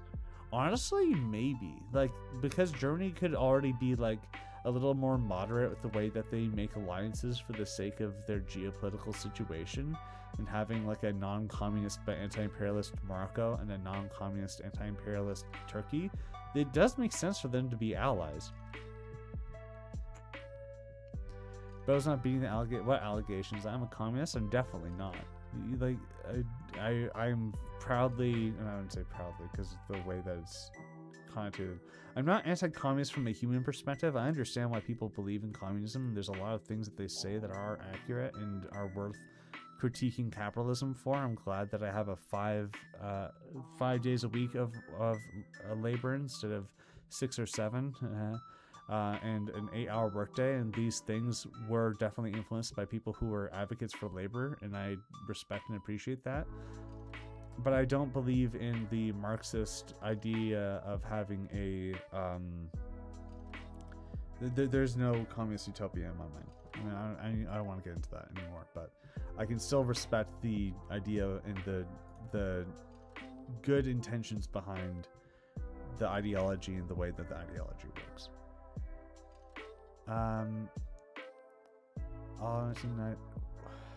Wait, there's a bin-faced debate with Nigel Farage? That's crazy. Balkania, Hungary would be more Trotskyist, and the USSR would be more Stalinist, potentially. What if the USSR starts as aggressive force already overextended, they push into Greece boxes in Finland, Turkey? Well, I think that's already kind of what the lore is. Like, Greece manages to survive, Turkey manages to, like, get away with it. These states are overextended. They have unrest in all these places, and then after a certain political disaster or opportunity, then these more unstable regions have a civil war. Lord has become kind of tanky by then. That's just because I can talk the talk doesn't mean I walk the walk. Czechia is spreading nervously between the German and communists. Like, having them be capitalist is kind of hilarious because then it's just like a fortress Czechia, but I kind of want them to be communist just because it makes sense. And make Germany say hell now joining the USSR. Stalin was leader. Yes, but I don't think we're gonna do that. Why not make the USSR control Afro-Eurasia, Soviet Outlet Europa? Yeah. USSR tries to invade the Greeks, goes horrible and destabilizes the country. Well, I kind of like that's kind of the idea right now with the Greece still existing. Like they're holding the mountains here, and then they can go in on the chaos here, potentially even claiming Bulgaria, because I'm pretty sure radical Greek nationalists wanted to claim all of Bulgaria for their state. You could have Germany be Council Com because Lenin made a whole pamphlet against them. Council Com? What do you mean? I thought that Lenin was Council Communist. Is it literally Eurasia? Yeah, hold on. Colonel Cam moment. Germany could form a Soviet Socialist World Republic or World Republic if they form yeah, maybe. United Socialists in 6-7 spotted. Laura LaSalle. Byzantium could have been restored under Catherine the Great. Yeah, I remember that one. That's a really interesting timeline for sure. So I'm done with the map. What chat do you post in the Discord? That's a good question. Maybe we go to the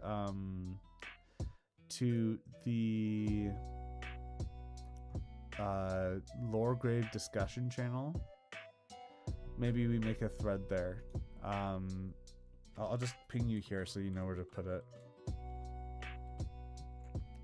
Council comms known as Dutch English left comms. I see. Yeah, I need to know more about what left comm is, but aren't they like even more Lenin than Lenin? And like I feel like they would be a little different. What's LaSalle?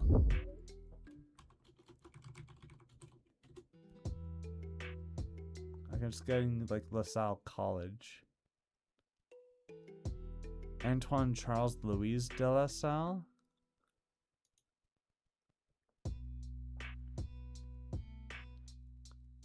Probably not.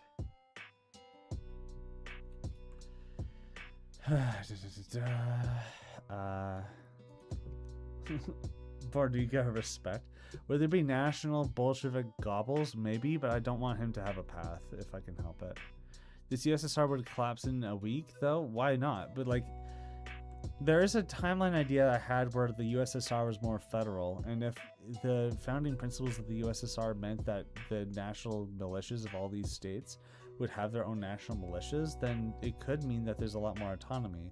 And then therein lies the conflict. There's a centralized, or potentially even just Stalin, to make it simple, who wants to have all these states have one big army, otherwise they're not going to be able to do anything. They've just been sitting here for 10 years, not able to do anything. Turkey and all these Baltic states are existing. Why aren't we doing anything about it? Hungary goes, nah, I want my own military, and then that's the Germans. But then there could be pro-Stalinists being like, but we need to unite.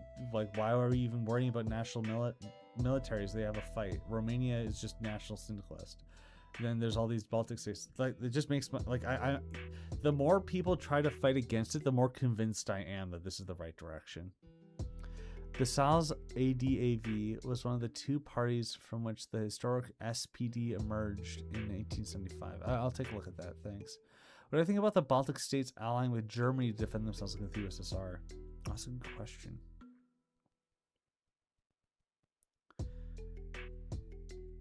I think that they're in a weird position where Britain would be guaranteeing them, but then again they wouldn't. What's Sweden doing? Is Sweden aligned with the West? Because if Sweden isn't, if Denmark is, then there's a potential. I think that the Germans would actually defend the Baltics if they were coerced, because that's against the principle of self-determination. So they could actually just be guaranteed by Germany and the Soviet Union, and they just exist. But then there's like slowly growing communist sentiments in all these states. Like they're eventually going to be subsumed politically. The question is who. Get off the commie cane. Well, dude, this is a timeline where we're going all in.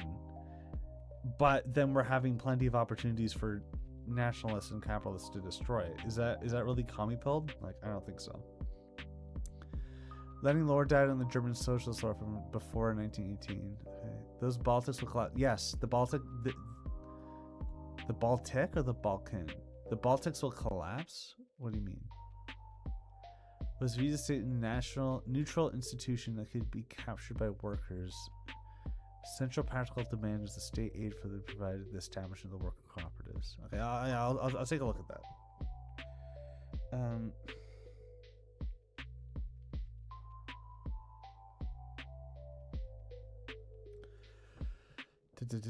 Okay, so we just a bunch of debating with a bunch of naysayers. Hold on. Have Denmark be communist? The UK supports Sweden and Germany. That does make sense from a like purely thing, but then it's like another exiled government in Iceland and Greenland. Like we never at that point I will never survive the accusations, whatever the term is. If Britain annexes the French exile, they'd be able to support a settler revolt in Algeria and turn them into a dominion. Yeah, I like that idea. I like that approach. Denmark and Sweden would be royal dictatorships. I think that makes sense too. There could be some leftism there, but then again, if this is the state of the world, they would probably just be dictatorships. Yeah, I agree. Denmark and Sweden. Norway, yeah. It seems like Britain, the Scandinavian states, Spain, Portugal, Italy, France, exiled governments, Greece, and maybe even Turkey are all just in a big alliance. There's no other way around it. If the communists have this much, then they have that much. They have everyone else. Just makes sense to me. The USSR have the whole world as the Baltics at this point.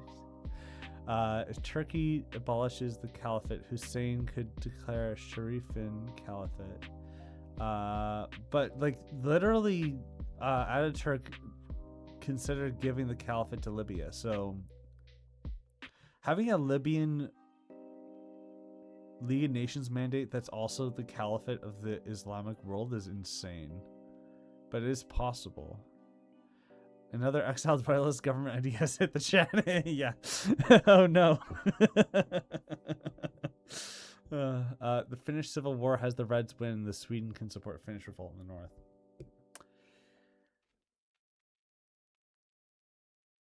I don't think that's in the pod. I like the idea, but I don't think it's in the point versions. I don't think Kami even had the Kami Kane. Yeah. The British fascists be anti-USA because they're a republic. Yeah, honestly, I don't know if like if Rotha was leading the British, they might even just decide to invade the USA at some point. Mostly it would be smarter than that, and he would just be like pro getting the dominions in a federation and then forming a EU and then having a big British dominion of everywhere, big empire moment. Can we have an independent Hungary and Balkania? Instead of get off the LSD. That's actually a really good one. But what about Romania then? Like, so Romania is a part of the USSR? Like, you just want this, right? Like the way it was before. You want the good old days. I don't know. I'm kind of convinced that this is the right way. Is the USA going to be isolationist? Yes. I think that we can start talking about the USA now. I think that the USA would be definitely isolationist, because the last time that they intervened to try to make some good happen in the world, or whatever you want to call the US intervention in the World War, everything died. And it's like, oh my god, what do you mean my loans are gone? This is a disaster. Hold on, I erased the wrong part there, didn't I? I did. So there would be a isolationist idea. We could have an unironic Huey Long leading America, because FDR would be seen as too communist, and then Huey would be like just Anglophile enough, you know? So something like that. Oswald Mosley be national syndicalist or social dem? He'd be more social democrat, honestly, because the national syndicalism would be, at least by this point, established as a Republican ideology. He could be some kind of like insane galaxy-brained grifter to the point where he unites the national syndicalists of Britain, but I don't know about that. No Huey Long, no Longism. Every man a king, every man an exiled government in Africa, every man an exiled government in Africa who can be supported by the British too. Maybe Denmark too. Every man an exiled colonial government. America. Yeah, you say what you want with Huey Long. That Every Man a King song bops. So this is the socialist Iran? Question markle? What the hell was that? I'm sorry. I'd like to formally apologize for whatever the heck just came out of my mouth. And this says a lot when you're considering me annexing the Hungarians and the Balkans into the Soviet Union.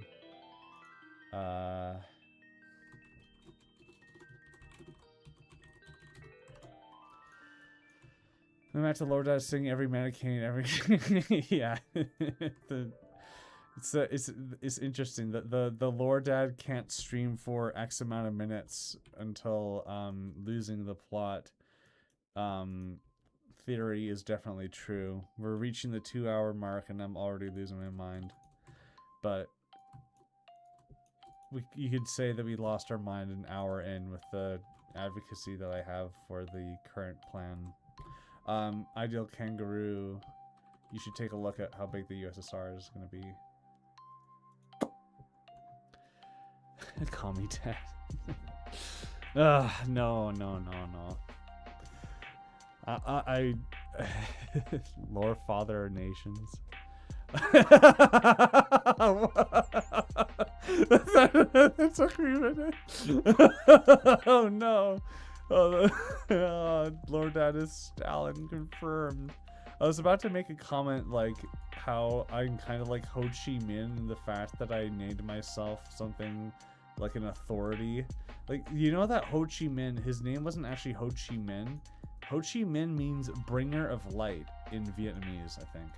So he's literally calling himself like the guy who's gonna like liberate the, like that's such an insane name. Like, it goes hard, but the ego, man, like holy crap. But the fact that Lord Dad has that sort of ring to it is, yeah. Is it German October on steroids? Yes. Pahlavi can be like Ataturk and establish a secular republic. Maybe Trotskyist Hungary. You have Trotskyist Hungary fighting Stalinist Hungary and then uniting with Germany. So you can have both. Paulina Levina, if you just accept my doctrine. Sorry if I sounded cringe there. I was just stretching. I promise it wasn't me trying to be cringe. But then again, we've already passed that point, haven't we?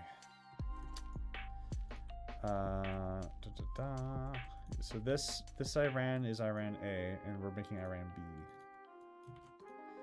Iran B partitioned. I feel like having them lose any more land than this is like a lot.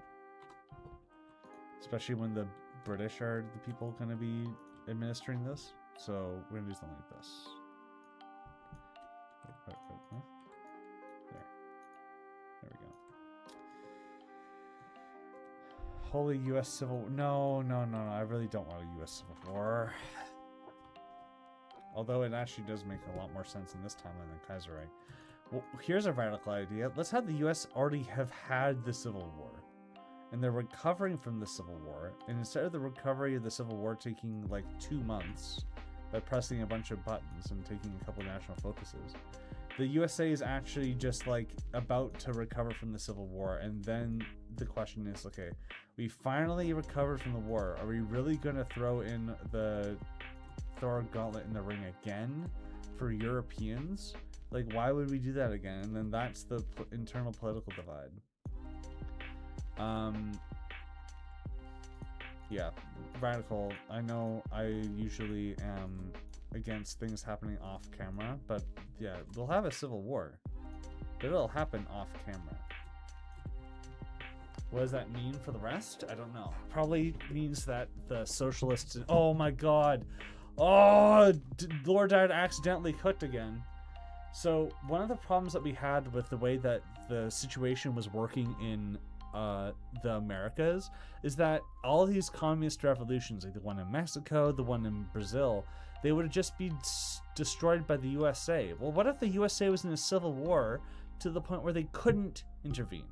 They were already having a civil war, like a literal socialist revolution. Oh, sorry, I'm freaking out. This might be the big block that I had being destroyed. So the red wave of America in 1920. What was it? The first Red Scare. The first Red Scare was a period during the early 20th century of the United States, marked by widespread fear of far-left movements, including Bolshevism and anarchism. Due to real and imagined events, real events included the Russian Revolution and anarchist bombings in the U.S. in 1919. Okay, so I don't like this. Obviously, is not going to be taken one-to-one. It's just a Wikipedia article, right? But like, there was already a huge red wave that was happening. There were several Canadian general strikes in Vancouver, Winnipeg. Winnipeg general strike was one of the biggest ones. That also was in the USA, and like led to like the Socialist Party of America being founded and all that. Let's have the Civil War with the socialists revolting in America around the time of the Palmer raids, but let's actually have it be a civil war, and like literally like a big actual thing, right? And then go in from... Please don't compare me to Vladimir Lenin, thank you. Medea, U.S. Civil War, Huey Long getting elected, his economic policy is so shit that people revolt. Yeah, or you could have like a very anti-communist coming in and just further take the commie cane and the Lenin SD, but this, regardless of what we actually end up doing, no, don't talk about Lord Boy being massacred. No, I don't want that. What we got here? I want a Mexico and a Brazil that I don't need to make myself. Let's go to our timeline 36.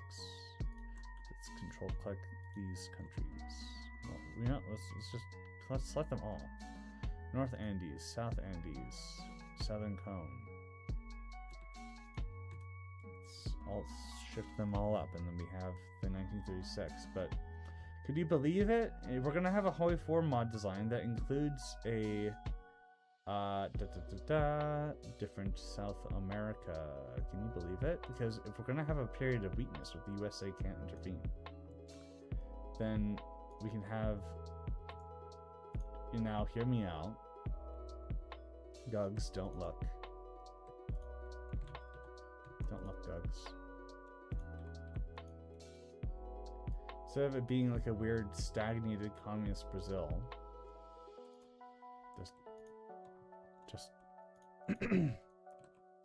just do this instead. Come on. Literally, the game is fighting me. The program is preventing me from this.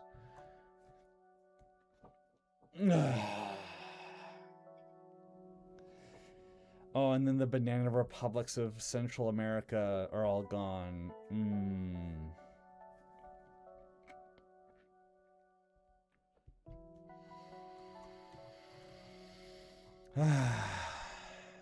I love the smell of something. It's probably not gonna actually be like this, but yeah, there we go. I was that's what was happening. I was filling in the actual communist Brazil layer. It makes more sense to do it like this. So we can either do communist Brazil or a regular Brazil. But I think that communist Brazil makes sense with the precedent. But USA being weakened and then needing to find a way to intervene directly in order to reestablish its dominance over the region, that just really makes sense to me. Tenentist Brazil versus Communist Brazil versus Vargas and Integralists at the start of the game. Yeah, sure.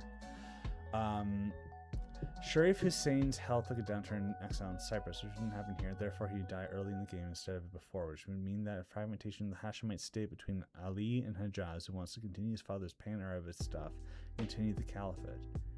So like the seems like a no-brainer, but there were the Hashemites wanted to claim the caliphate. Faisal in Syria, who's the most accepting in British involvement and wants his own Syrian kingdom. Yeah, okay, Cook, yeah, Sudanese Cook. Yes. And even the way that it doesn't have to be a unified state. It could be a civil war between the three Sharifs or whatever. Technocracy Inc. USA. Oh, shit. Yeah, we could actually have technocracy being a thing in the USA.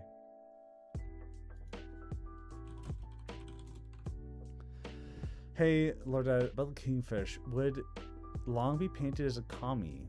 No, I don't think he would. Is Germany a one-party state? What happened is the birth of National Socialism. Before that, actually, Spartakus revolution. It would not be a one-party state. Future Nazis fighting the what? That happened largely after the Spartakus revolution, with many future Nazis fighting with the communists. Yeah, so there wouldn't be like a lot of Nazis in Germany. For South America, Bolivia could probably win the Chaco's war against Paraguay. I'm not against it, but why? And did they want to claim all of the Chaco? And if so, would it look like this? The Sharifin Caliphate, specifically, which was declared under Ataturk after Ataturk ended the Ottoman Empire and actually contributed to the destruction of Hejaz. Okay. Oh, the Strasser? Maybe the Strassers exist still, but I don't think they'd be politically relevant. Maybe puppet leaders of the National Syndicalist French could be like literal like members of the Comintern up until that point. He would be more radical than FDR, but he was also radical in his racism compared to FDR, and FDR, as far as I know, was not nearly as racist as him, so it would balance out, I think. Why are there still rogue factions fighting the USA? Guerrilla war on communists. Yeah, like that could be a little mini game, but just like Culture Creek, it won't amount to anything. Well, maybe, I don't know. But like, I like this because like, yeah, so there's still rogue factions fighting inside the US. From a narrative storytelling perspective, you could have the Germans have a minigame that supports these movements, which means from a gameplay perspective, the USA can't get rid of them. But when there's the big leftist infight of 1936, Germany doesn't have the decision to support the rebels anymore, so the USA can complete the minigame. And that's like the narrative like impact of that.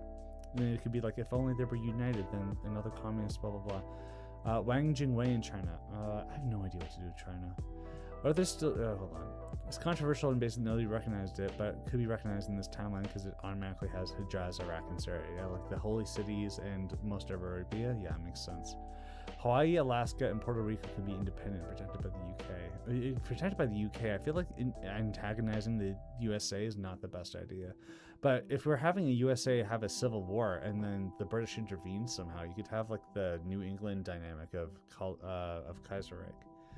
But wasn't Bolivia retaining some land there due to Czechoslovak support? So total Paraguayan victory. I would need to look at that and make sure. Democrats Ford versus Populist Long and Democrats Smith versus Republicans in the 1936 election. Well, then the Republicans would win, but then again, the Republicans were pretty weak. So it does actually kind of make sense. U.S. can't suppress these those factions. They'd end up stringing with the U.S. Yeah. What is that USSR? Yikes, it's massive. Yeah. Because Lenin would have been invading the West, and he had a exiled Polish government installed in Moscow that he would install in Warsaw, and the Hungarian communists were really pro-Lenin to the point where the paramilitaries were called Lenin Boys. and if the Russians are able to connect with Hungary, that means that Romania would be defeated, so Romania would be occupied by the Russians, on top of all the Balkan states who would have been occupied by the Russians as well.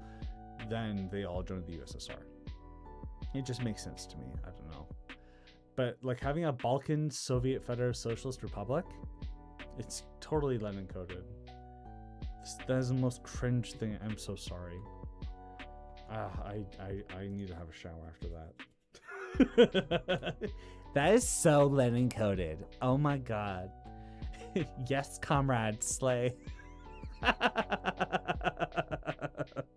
No, the Lord Dad can't stream for more than 2 hours without saying crazy shit is real. It's a real theory. Oh man, that's awesome. Okay. We got here. What is tentenist?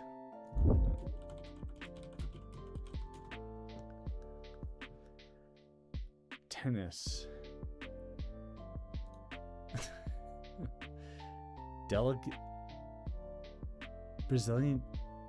Brazilian Tennis Confederation, also known as CBT.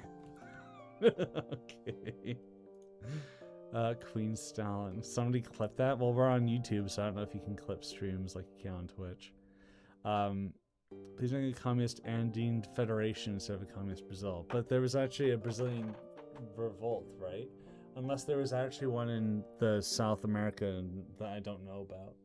But having like the Andean communist whatever, I think that's pretty cool. It's so fun, man. But like, what would even be happening in Central America if the U.S. Marines aren't able to help facilitate the continued production of tropical fruits? What would happen? Oh, well, that's crazy. I'm like, YouTube chat is like just okay. No. I want to do some more. I want to figure this out. Somebody mentioned Southern America here being communist. Well, I guess Kaiserreich has that Patagonian Workers' Republic. I'm assuming that's inspired by real life. If Germany would have gone down a social democratic USPD path, would the ally with the Social Democrats in Scandinavia for an FDR USA? I don't think that they'd be that moderate to the point where they would collaborate with capitalists, but I think that like we go full Stalin theory of what social democrats were, and then have the social democrats be the main faction against the communists. Actually, social dem maxing. Tenism was a movement that had come closest to a real revolution that Brazil's ever had. Okay, thank you. How active was the Pan-Central American movement at the time? Like this, I have no idea. But like, how would the military would occupy Panama? The USA isn't completely destroyed. It's just that they have such a civil war to the point where they have to recover. Franco-British Union could have happened there. Oh yeah, honestly, it could have. Oh, like recreate the Federation? I'm not sure, but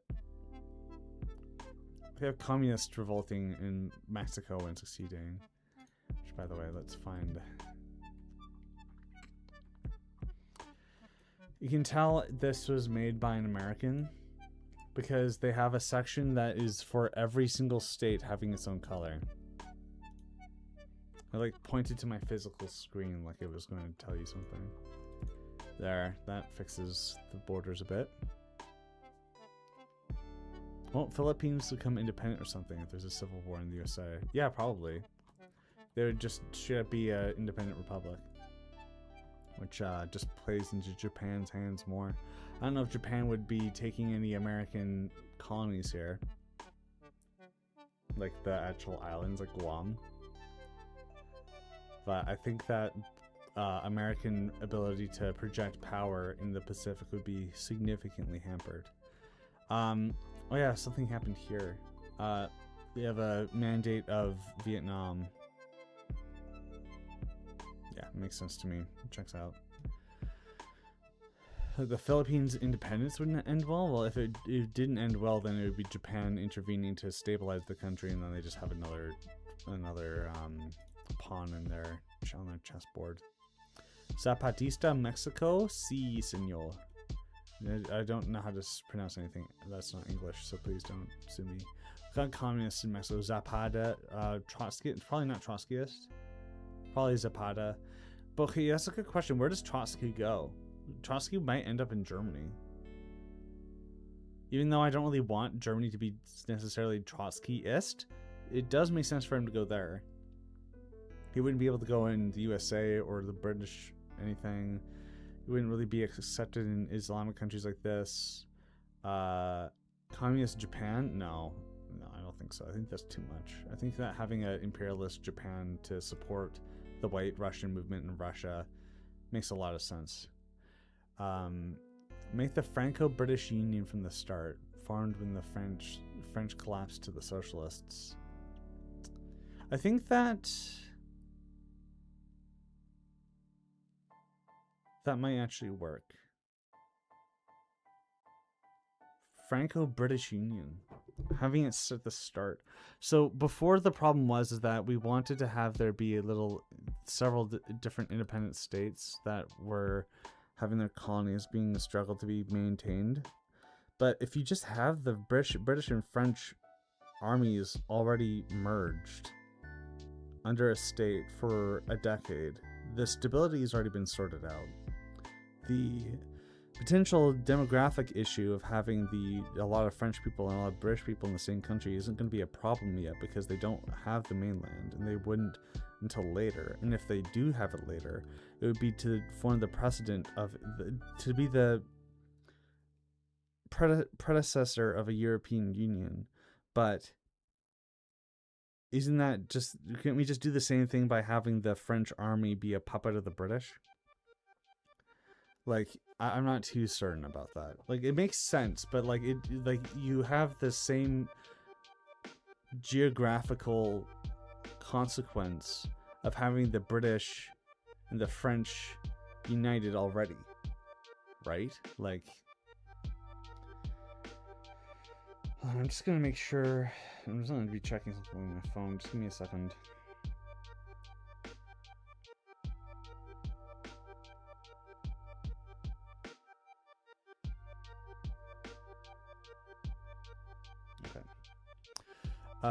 Mexico would be non-Marxian socialist. Yeah, and that could mean that Germany would still be Marxist. Have another international. Can you believe it? You have another international. And then this is so good. By having the third international, including communist states like Mexico, and then it falling apart, the USA invades Mexico like day one. And then that's the warpath. The USA then does a whole like taking over as many nations as they can in America, and then they just do Monroe Doctrine isolationist, but there's still content, right? And then they could still find ways to influence the rest of the world if they want, but following American isolationism, but still need them to have content and be anti-communist. You just give them a bunch of communist roadblocks to follow through over. Leftist infighting. Yeah, I call it the Great Leftist Infight in 1936. Is like the it's just my term to convey what I need to. Could use Integla Spain. Okay, interesting. The U.S. gonna get stalled in Mexico? It's possible, and then the British can get involved. They can attack the USA, restore monarchy in USA, and then the British continues what the USA started by attacking Mexico. And you know what? Like, the fact that America would be recovering from the Civil War and then still invading another country, it actually could be a balanced out war. Maybe it's like TFR, where you have several different war stages, and then you go from there, and that's how you get the technocrats in America if you lose the first one or something. The game of Soviet socialist House of the Hammer and Sickle. It's just funny.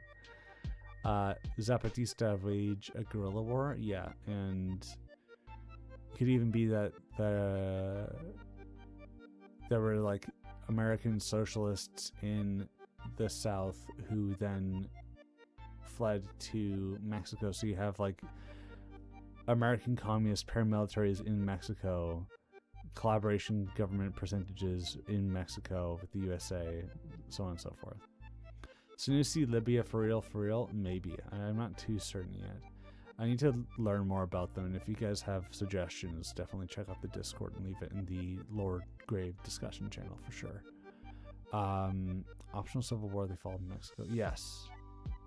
The civil war is before games start, to deliberately weaken them, to focus their situation one way, to respect the fact that there was a large socialist wave of popularity in America in the Midwest and the Great Lakes in the 1920s, to make sure that they are anti-socialist by the time, and to avoid the trope of having an American Civil War in 1936.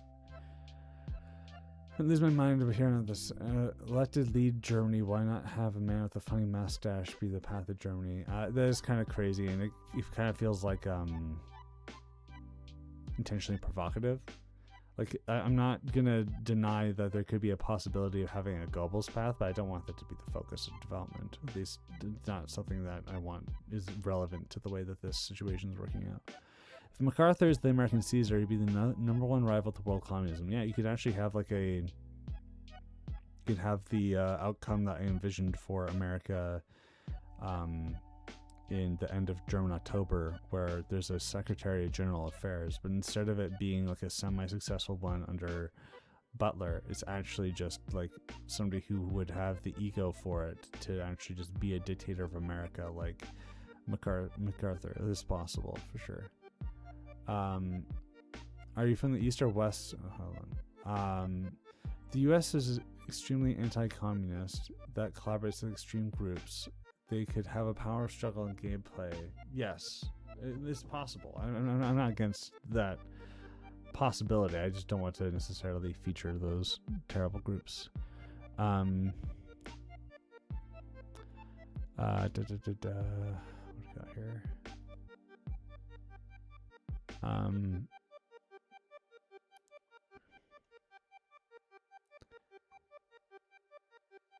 Yeah, okay. I don't see any more chats to reply to, at least at this point. So let's start writing this down because I'm going to forget. I was feeling a little sick earlier. Now it's just coming back, and I don't know why. It sucks.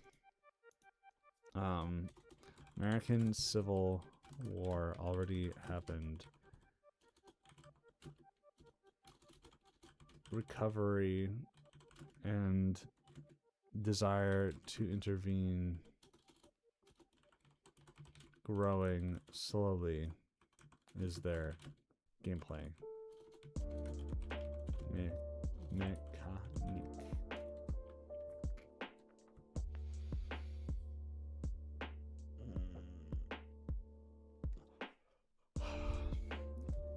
Civil War could have led to niche movements like Technoc.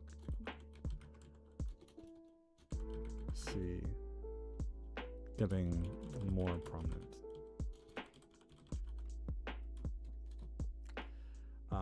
This here, no, this is just me, my notes. Because I like look at the map when I'm thinking about the script, and it just makes sense to have notes here, and it's also for the importance of the stream. Yeah, thank you, just remember Brett. What else do we resolve? American Civil War means no intervention possible in Central and South America, giving room for socialist revolutions. But these revolutions could have ideological clashes with the main Marxists in Europe.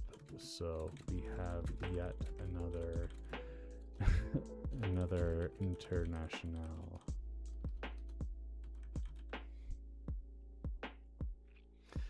To a world conquest path is peak, and even I have to admit it. don't have to admit to anything. Galactic? Wah, wah. What we got here? No, that's I missed a pixel. What the heck? Why did it end up all the way over there? Jeez.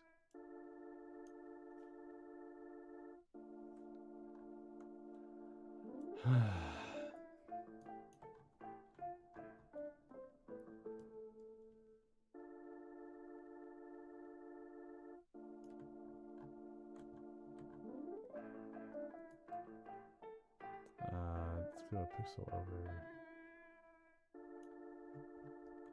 And then, sorry it's taking so long. I just need a minute to even just think about what I'm doing here. Just want to extend this, and I can't easily do it, so I have to do something like this. Socialist power struggle between socialists and national socialists pretty imbalanced. It is kind of, because I gave a lot more national syndicalists, but I think that having them be weaker like kind of makes sense, and then it being like a struggle between Britain or Germany or whatever to then figure out where their alignments are, it kind of makes sense to me, I feel. Give the world to the USSR, sent the Baltics. No, I'm good, thanks. It is kind of unbalanced, but I always saw it as like Germany fighting these countries, and then maybe also Spain, and then Britain getting involved later is then a like mid-level boss, and then even having to fight Germany is USSR. I'm to the first country to develop nukes is a good question. Maybe even the USSR. Mongolian Revolution in 1921 doesn't happen because the white movement's presence in the Balkanate survives. Yes, that's exactly what's going on here. This is the Balkanate. This is the Russian white movement, which would have been like America and Japan, but then with America having the Civil War, it's just Japan, and then with the Philippines, it's just Japan, and Japan just gets kind of like a free check in China, so Japan is really popping off, but you could even have a US-Japan conflict later. I don't know. There's a lot of things going on here, but I really like the dynamic of having this then break apart.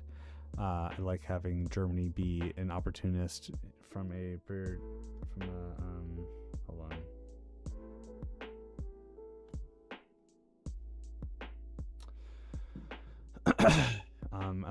I just like all this stuff.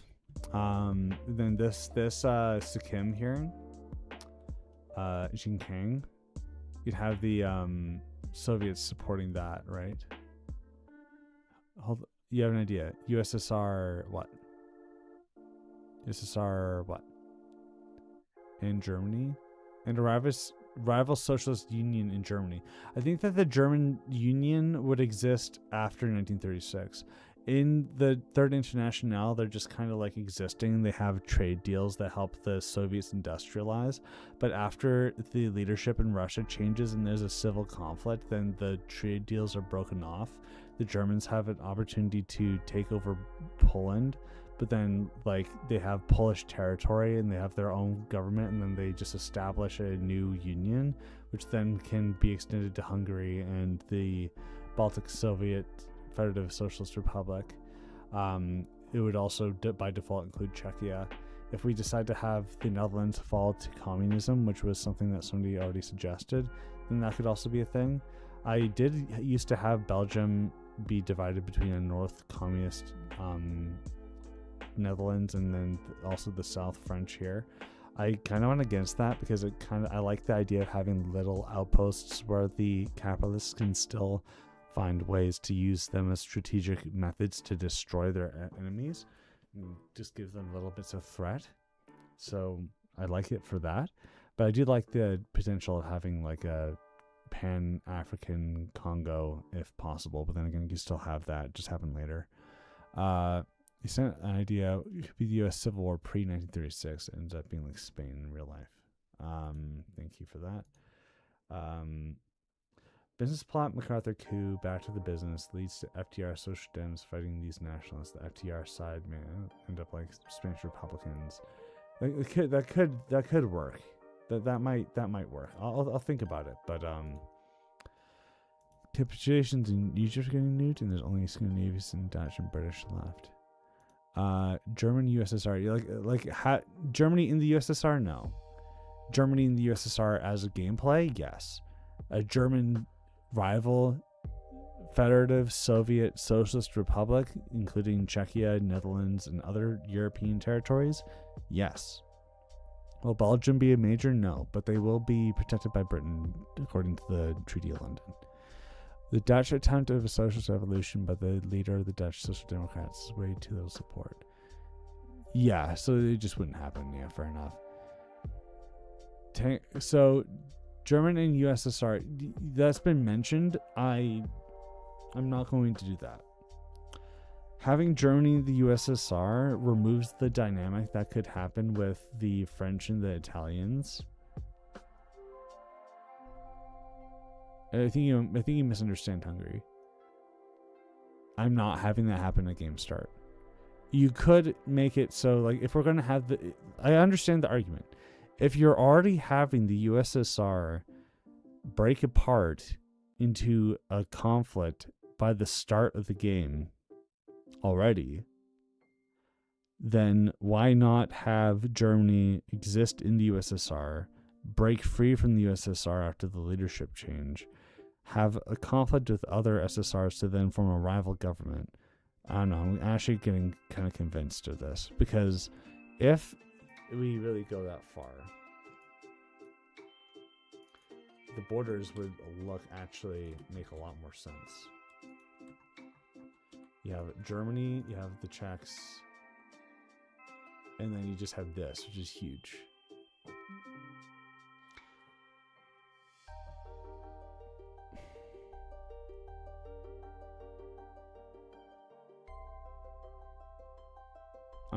That might actually be a thing. I might be convinced. I'm not entirely certain, because I really value the political conflict that would be occurring in Germany to then divide Germany and Russia beforehand, and then it predicates the collapse of the Internationale. And I'm not convinced. If Germany was involved in the USSR, the precedent of the entire dynamic of the Great Leftist infight is shifted to the point where it doesn't make any sense. Yeah, no German SSR in the USSR. No German SSR in the USSR. Not in 1936. If the German Spartakus Republic is fighting Britain, or maybe even the National Syndicalists, or both, if they are losing, then pro-Russian communists will take over the Germans, and then they will join the USSR in that case, but not in any other case. You still don't understand how the USSR is that big, so I'll say it again. Russia wanted to unite with German communists because German communists have the industry to be able to industrialize Russia and not make them be feudal. They invade here to then link up with Germany. The Polish government would have been one that was set up in Warsaw. So when the USSR actually decides to unite, and it's not just Russia, SFSR, with a bunch of other SSRs existing without any support but Russia, then they would just join.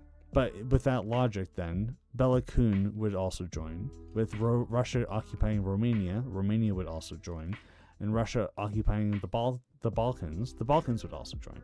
So that's why the USSR is this big. We're still debating about this over half an hour. Yeah, I'm kind of in the same boat. Like this is just the way it is, right? Like there's no way around it. That's actually just how it would be. What about the 2 zillion Balkan nationalists who would want their own state? You're telling me that there's going to be conflict in my World War II simulation game? You're telling me that there would be a fight between nations in a game that's designed around nations fighting each other? What? That's not supposed to happen. I thought this was just a way for me to map something on a game and then give them a bunch of national spirits explaining why their ideology is the better one, and then have them just lose to all the other guys, and then let me map paint something really big and beautiful. No. This is not okay. Here, let me help illustrate this. I can understand looking at this big unified thing. Where's the rival states? Sorry about the ASMR. It's like I could have just yelled, but I figured like that would just be too aggressive. But I'll just map them out manually. Screw it. That'll be the last thing that we do for this stream. Balkans. I need to make these assets for the stream anyway, for the video anyway. So we'll just do it this way.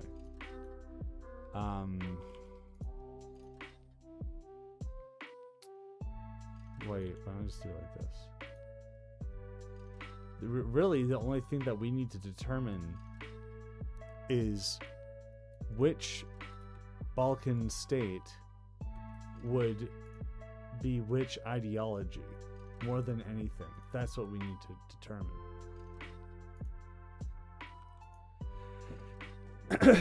So here's some lore, okay? Oh.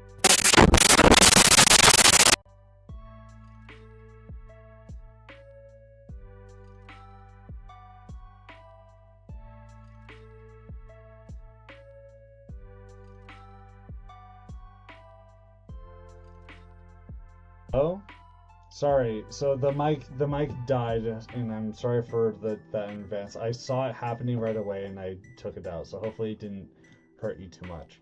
I'm using my shittier microphone right now until it gets better. So yeah, I know. I'm so sorry. I was waiting for it. Yeah, your ears. I'm really sorry, everyone. I'm sorry. Lord dead. Yeah, I know. I'm sorry. It was like seconds, but it still hurts. So I'm really sorry. I did my best.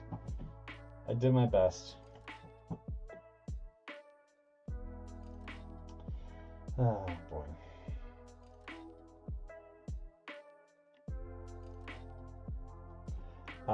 Yeah, let's see. So the Serbians would be here. I'm gonna try changing my mic over to the good one now that it has had time. Okay, is it better? Okay. I was trying to bring it closer so that I didn't have to like lean into it, but then the connection between the cables is bad. So here is the thing about Soviet Federative Socialist Republics. It's supposed to be that in the federation of the Soviet Socialist Republics, each of the ones that are involved with each other are considered to be neutral or whatever. Like they're supposed to be all buddy-buddy so that none of them can oppress each other. Because if there was a Bulgarian SSR and a Serbian SSR, the Balkan and Serbian SSRs would be fighting over which one of them gets to administer Macedonia. But in a SSR, there's one government that then says this is this way for both of them, and they are both Serbian and Bulgarian, but who cares? Obviously that won't last. Obviously this will collapse. So who is which nations of these that exist within the Balkan Soviet Federative Socialist Republic would be which ideology? Which one's which? Yeah, second mic incident. Yeah, sorry about that. So Slovenia, maybe it's German. Croatia, maybe it's Tito.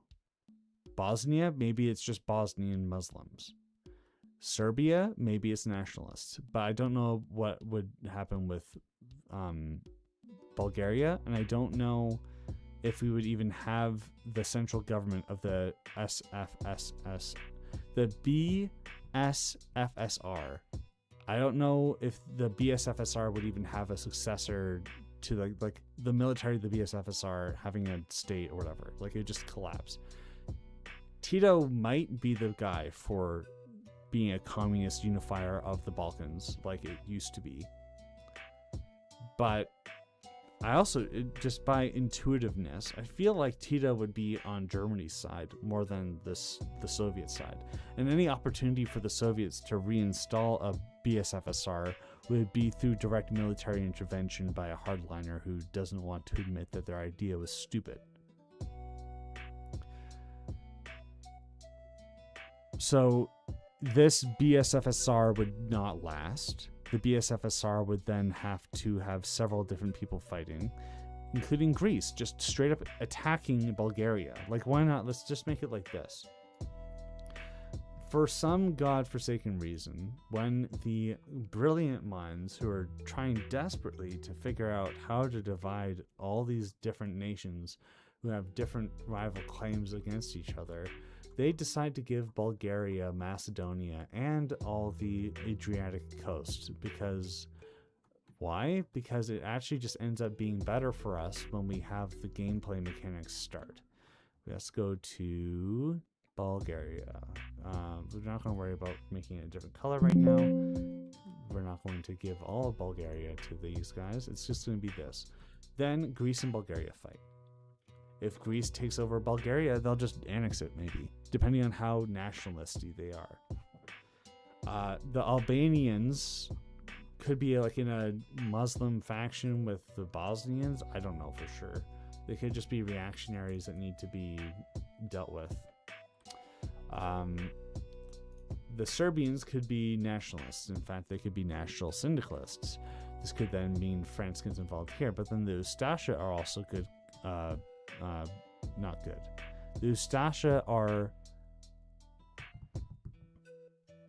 have the possibility of becoming the national syndicalist faction of this conflict. So it could be that we have... So Croatia could go either way, but I feel like Croatia might be better if it's Ustasha, because the Italians are right there and they can support that. Then it becomes a matter of, where's Tito? Tito could be in Slovenia. And I'll give him the color of a united Balkans that isn't Yugoslavia. And then I will give the Serbians to the Serbian monarchy. This would be like the Chetniks running underground operations, and they'd be aligned with Greece. And then there's also Albania, who would try to be independent, which could just be partitioned between Serbia and Greece. I don't know. And then we have Bosnia.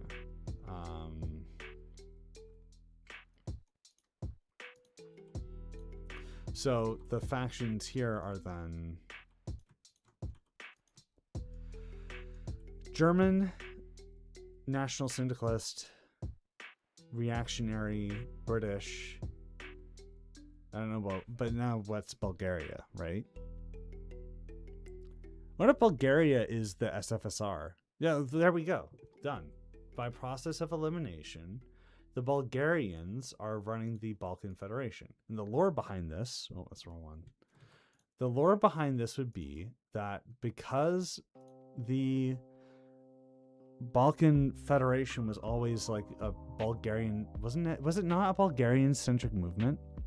The Bulgarians, whatever. The Bulgarians, they get their land up here. They get their land over here. They also get Macedonia. The Bulgarians are the most satisfied with the BSFSR outcome. So the BSFSR would exist in Bulgaria. Greece would then fight the BSFSR. The authority up here is so damaged that Germany and the Slovenians are trying to fight the Croatians, but then the Italians and the French support the Croatians, which then leads to their war. The Bosnians are just existing and probably having to fight the Serbians so that they can form Yugoslavia. So then it's like, weirdly, the Bosnians are working with the BSFSR. They could even just be BSFSR friends, right? So then the British are fighting this war. The Germans and the National Syndicalists are fighting this war. And then when the National Syndicalists either defeat Germany and then defeat this, and then maybe even the Bosnians, and the British win over here, they just have a unification against the Soviets in the first outcome. And in the second outcome, where the Germans beat the National Syndicalists, the Germans beat this, and then they fight the Serbians, and then potentially even the Bulgarians. Well, I guess the Serbians would have defeated the Bulgarians already. And then they march in, then they have their rival Balkan SFSR claimant that can also attack Greece, then while they're also fighting the British. So this is the way that the Balkans would collapse. This directly leads into the conflict between the Germans and the British, or the Germans and the National Syndicalists and the British. And it is designed to resolve with a unified Balkans, or at the very least, like some form of stability in the Balkans, depending on the faction that you've picked. Okay, questions. Croatia had Bosnia. They could try, but they would be having to fight them for it. Croatian no people, yeah. Slovenia not being Italy aligned is weird. Well, why? Because they would literally be claiming that land if they're national syndicalist. 2% is supported Ustasha, and the main reason they gained prominence is because the agrarians didn't want to be Nazi puppets. Okay, isn't syndicalism left wing? Yeah, but not national syndicalism. Albania would be aligned with Bulgaria to defeat Serbia? Yes, so they could actually just be part of the BSFSR. Is fascist-centric movement. Belgrade maybe should be left over the hold on. There's like the agrarians didn't want to be Nazi puppets. Well, like the agrarians could just be uniting with whatever's against the central government. They would just get more support, frankly. Like I can see how in our timeline they wouldn't have much support. They were propped up by a rival thing, but then it just makes sense to me. I don't know. BSFSR is bullshit. Not only didn't know what you're talking about. Greater Yugoslavia was invented by Zveno, a fascist Bulgarian movement. Right, but okay. If Bosnia, Albania, what? If Bosnia, Albania won against the Serbians, Bosnia would claim Zandak, while Albania would reclaim territories of the Vilja of Albania, which is surprisingly huge, and they could be the National Syndicalist faction. Maybe when Sudan lore, I don't know. Balkan Federal Socialist Republic. The socialism and national socialism. Yeah. Greece can take advantage and reclaim Aegean coast. Yes. I become manifesting. Yes. Lord Dadenheimer. Yes. Why does Lake Nubia, Lake Nasser for United States? Lake Nasser? What? Italy can occupy Istria and Fiume. They can, because they're going to be fighting these guys. Maybe Croatia doesn't have that little bit there. Maybe that's yeah, we'll just do that quickly, because I think Slovenia in the past has claimed that territory. Could even be like Fiume itself, right? Like, I don't know, but I'll just take this line, I'll cut Croatia apart, and I'll give this to them, and do this, and do that. Maybe. Looks ugly, but is Czech part of Germany? They aren't, but then they will. Nothing really, most part rolling with it. Yeah, this is good. Same here. Well, but there are no Nazis. Why they gain support? Italian national syndicalism. Would National France still claim a colonial empire? National syndicalist France wouldn't claim colonies. They'd probably be also pan-European or something. I don't know for sure, but I'm pretty sure national syndicalists were anti-colonies, but they probably would still, like, if there's French people in Algeria, they want to protect those, so then they would annex them instead of making a colony. I'm not too certain about national syndicalist French ideology, but I don't think it was pro-colony. Would national... Wait, hold on. I'm late. What happened to the Iran borders? Well, there was something about a Gilan Soviet Socialist Republic revolution, and we already have the Soviets winning everywhere else, so we figure why not just give it to them there. Bye, Caleb. Thanks for tuning in. And then there was a lot of confusion about what the idea was with the Balkans, because at one point I decided that this is what the USSR would look like at the start of the game. But it might not be that they actually just start off like that. It could be that it's each of them has like a puppet, and their color is associated with the USSR, and they all have the names of the internal boundaries of the SSR. So it could even be that the Russian Soviet Federative Socialist Republic is just the RSFSR, and it has it has Belarus, Ukraine, Poland, Hungary, Romania, Balkans. This is currently depicted as 3 different states, but this would be the Transcaucasian SFSR, all as puppets of the RSFSR. And when a constitutional convention or whatever, revolt, whatever you want to call it, change happens, then there's a civil war between the USSR, which may include the Ukrainians and the Belarusians, but they would be fighting things like the Transcaucasians, the Romanians, and maybe the Hungarians. I'm not too certain yet. It could be that the Ukrainians and the Belarusians are fighting the RSFSR, which then gives Germany the opportunity to invade Poland, which then gives them the opportunity to support Hungary, which then gives the National Syndicalists the ability to support Romania attacking Hungary, which then gives the Balkans thing. Like there's going to be a big conflict that then causes a bunch of civil wars, and then the diplomacy between the USSR and the Germans determines the outcomes of things, including the idea that this civil war between all these different SSRs is what the opportunity that the White Russian movement was waiting for them to attack Russia. But if the Soviet Russians do too well against them, then the Japanese need to get involved somehow. So they got integrated. The Iranians, potentially. I think that the Iranian Soviets could potentially not have decided to be a part of the USSR, but even if they were, the potential for them to have the Iranian regime of the south to then attack the Iranian regime of the north makes a lot of sense. And in that way also, if we have this going on, we might have the Arabic Federation here, or whatever we're gonna call it. We're gonna have them be annexing this.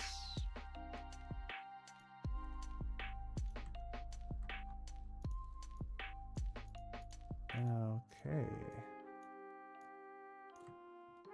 And then Madabad Republic? What is that? Oh, I need to look that up. I don't know what that is. So the borders look awful. They will be adjusted, but there is an Arabic majority region in Iran here, and if the British are intervening here and they want to support this, then maybe they do, or maybe they don't, and this is a silly idea. But the way we fix that is we just do this, and it looks better now.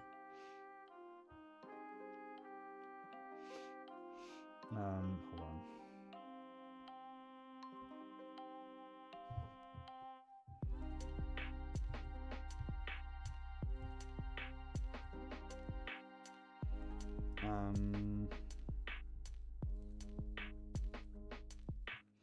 Okay, I'm gonna need to wrap up. Oh, hey, Mensker, thank you for being a channel member and posting the epic icon here.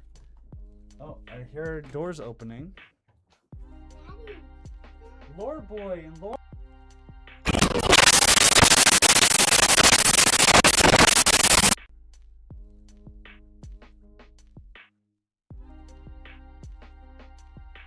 Sorry, the kids came in and then I hit the cord again. Sorry again for the loud noise. I'm just Lore boy and Lore girl. I'm just talking to a audience of 41 people that I unfortunately just really hurt the ears of. But you guys are back from your activity. Do you want to say anything to the stream? You just say it loud because this not as that's the video of the music that I'm playing in the background. Good morning, Dad. Good morning. Yeah. So somebody's saying lore boy incident. So when I turned around to look at you guys, it influenced the microphone. Daddy. Isn't Mama upstairs right now? Yeah. Mama, where are you? Mama, where are you? How are you doing today? Lord Boy is asking how you guys are doing today. Mama, where are you? Mama's upstairs, you know that. Come and play. I'm not playing, I'm working. I'm making a stream. There are people talking up here. Hi, Lord Boy. Lord Boy, human being of all time says hi. What do you say? Hi. Hi. Hi. Mike. Yeah, sorry. I fixed the mic. I'm just using a lower quality one right now so that we don't... Hi. Mama coming in. Hi, Daddy. Mama, where are you? I don't like National Bolshevism. I think it's silly in all of its iterations. Hellos from Doha. Mama, where are you? Come and play. Just some random Brit says hi to you guys. Come and play, Mama. Okay. Well, I do need to get going because these kids need to be fed and I need to eat lunch. So, thank you everybody for tuning in to this stream. I am the Don't you remember you're Lord Boy when you're in here? coming in. Okay. You're not. When you're in here, your name is Lord Boy. Okay. Come in. So, Lord Boy, can you say goodbye? Goodbye. And Goodbye. Lord Boy, say goodbye. Have a good day. Have a good day. See you soon. See you soon. Yeah. Soon. Well, See you soon. remember how you used to end videos, Lord Boy? What did you say? Please subscribe. Please subscribe. Can you say it louder? Please subscribe. Can you say it, Lord Girl? Please subscribe. The Laura Girl just pointed to a printed picture of a QBAM that I have on my wall, and then pointed to this screen. Yeah. Okay. Bye-bye, everybody. Thank you. Have a good day. Have a good day.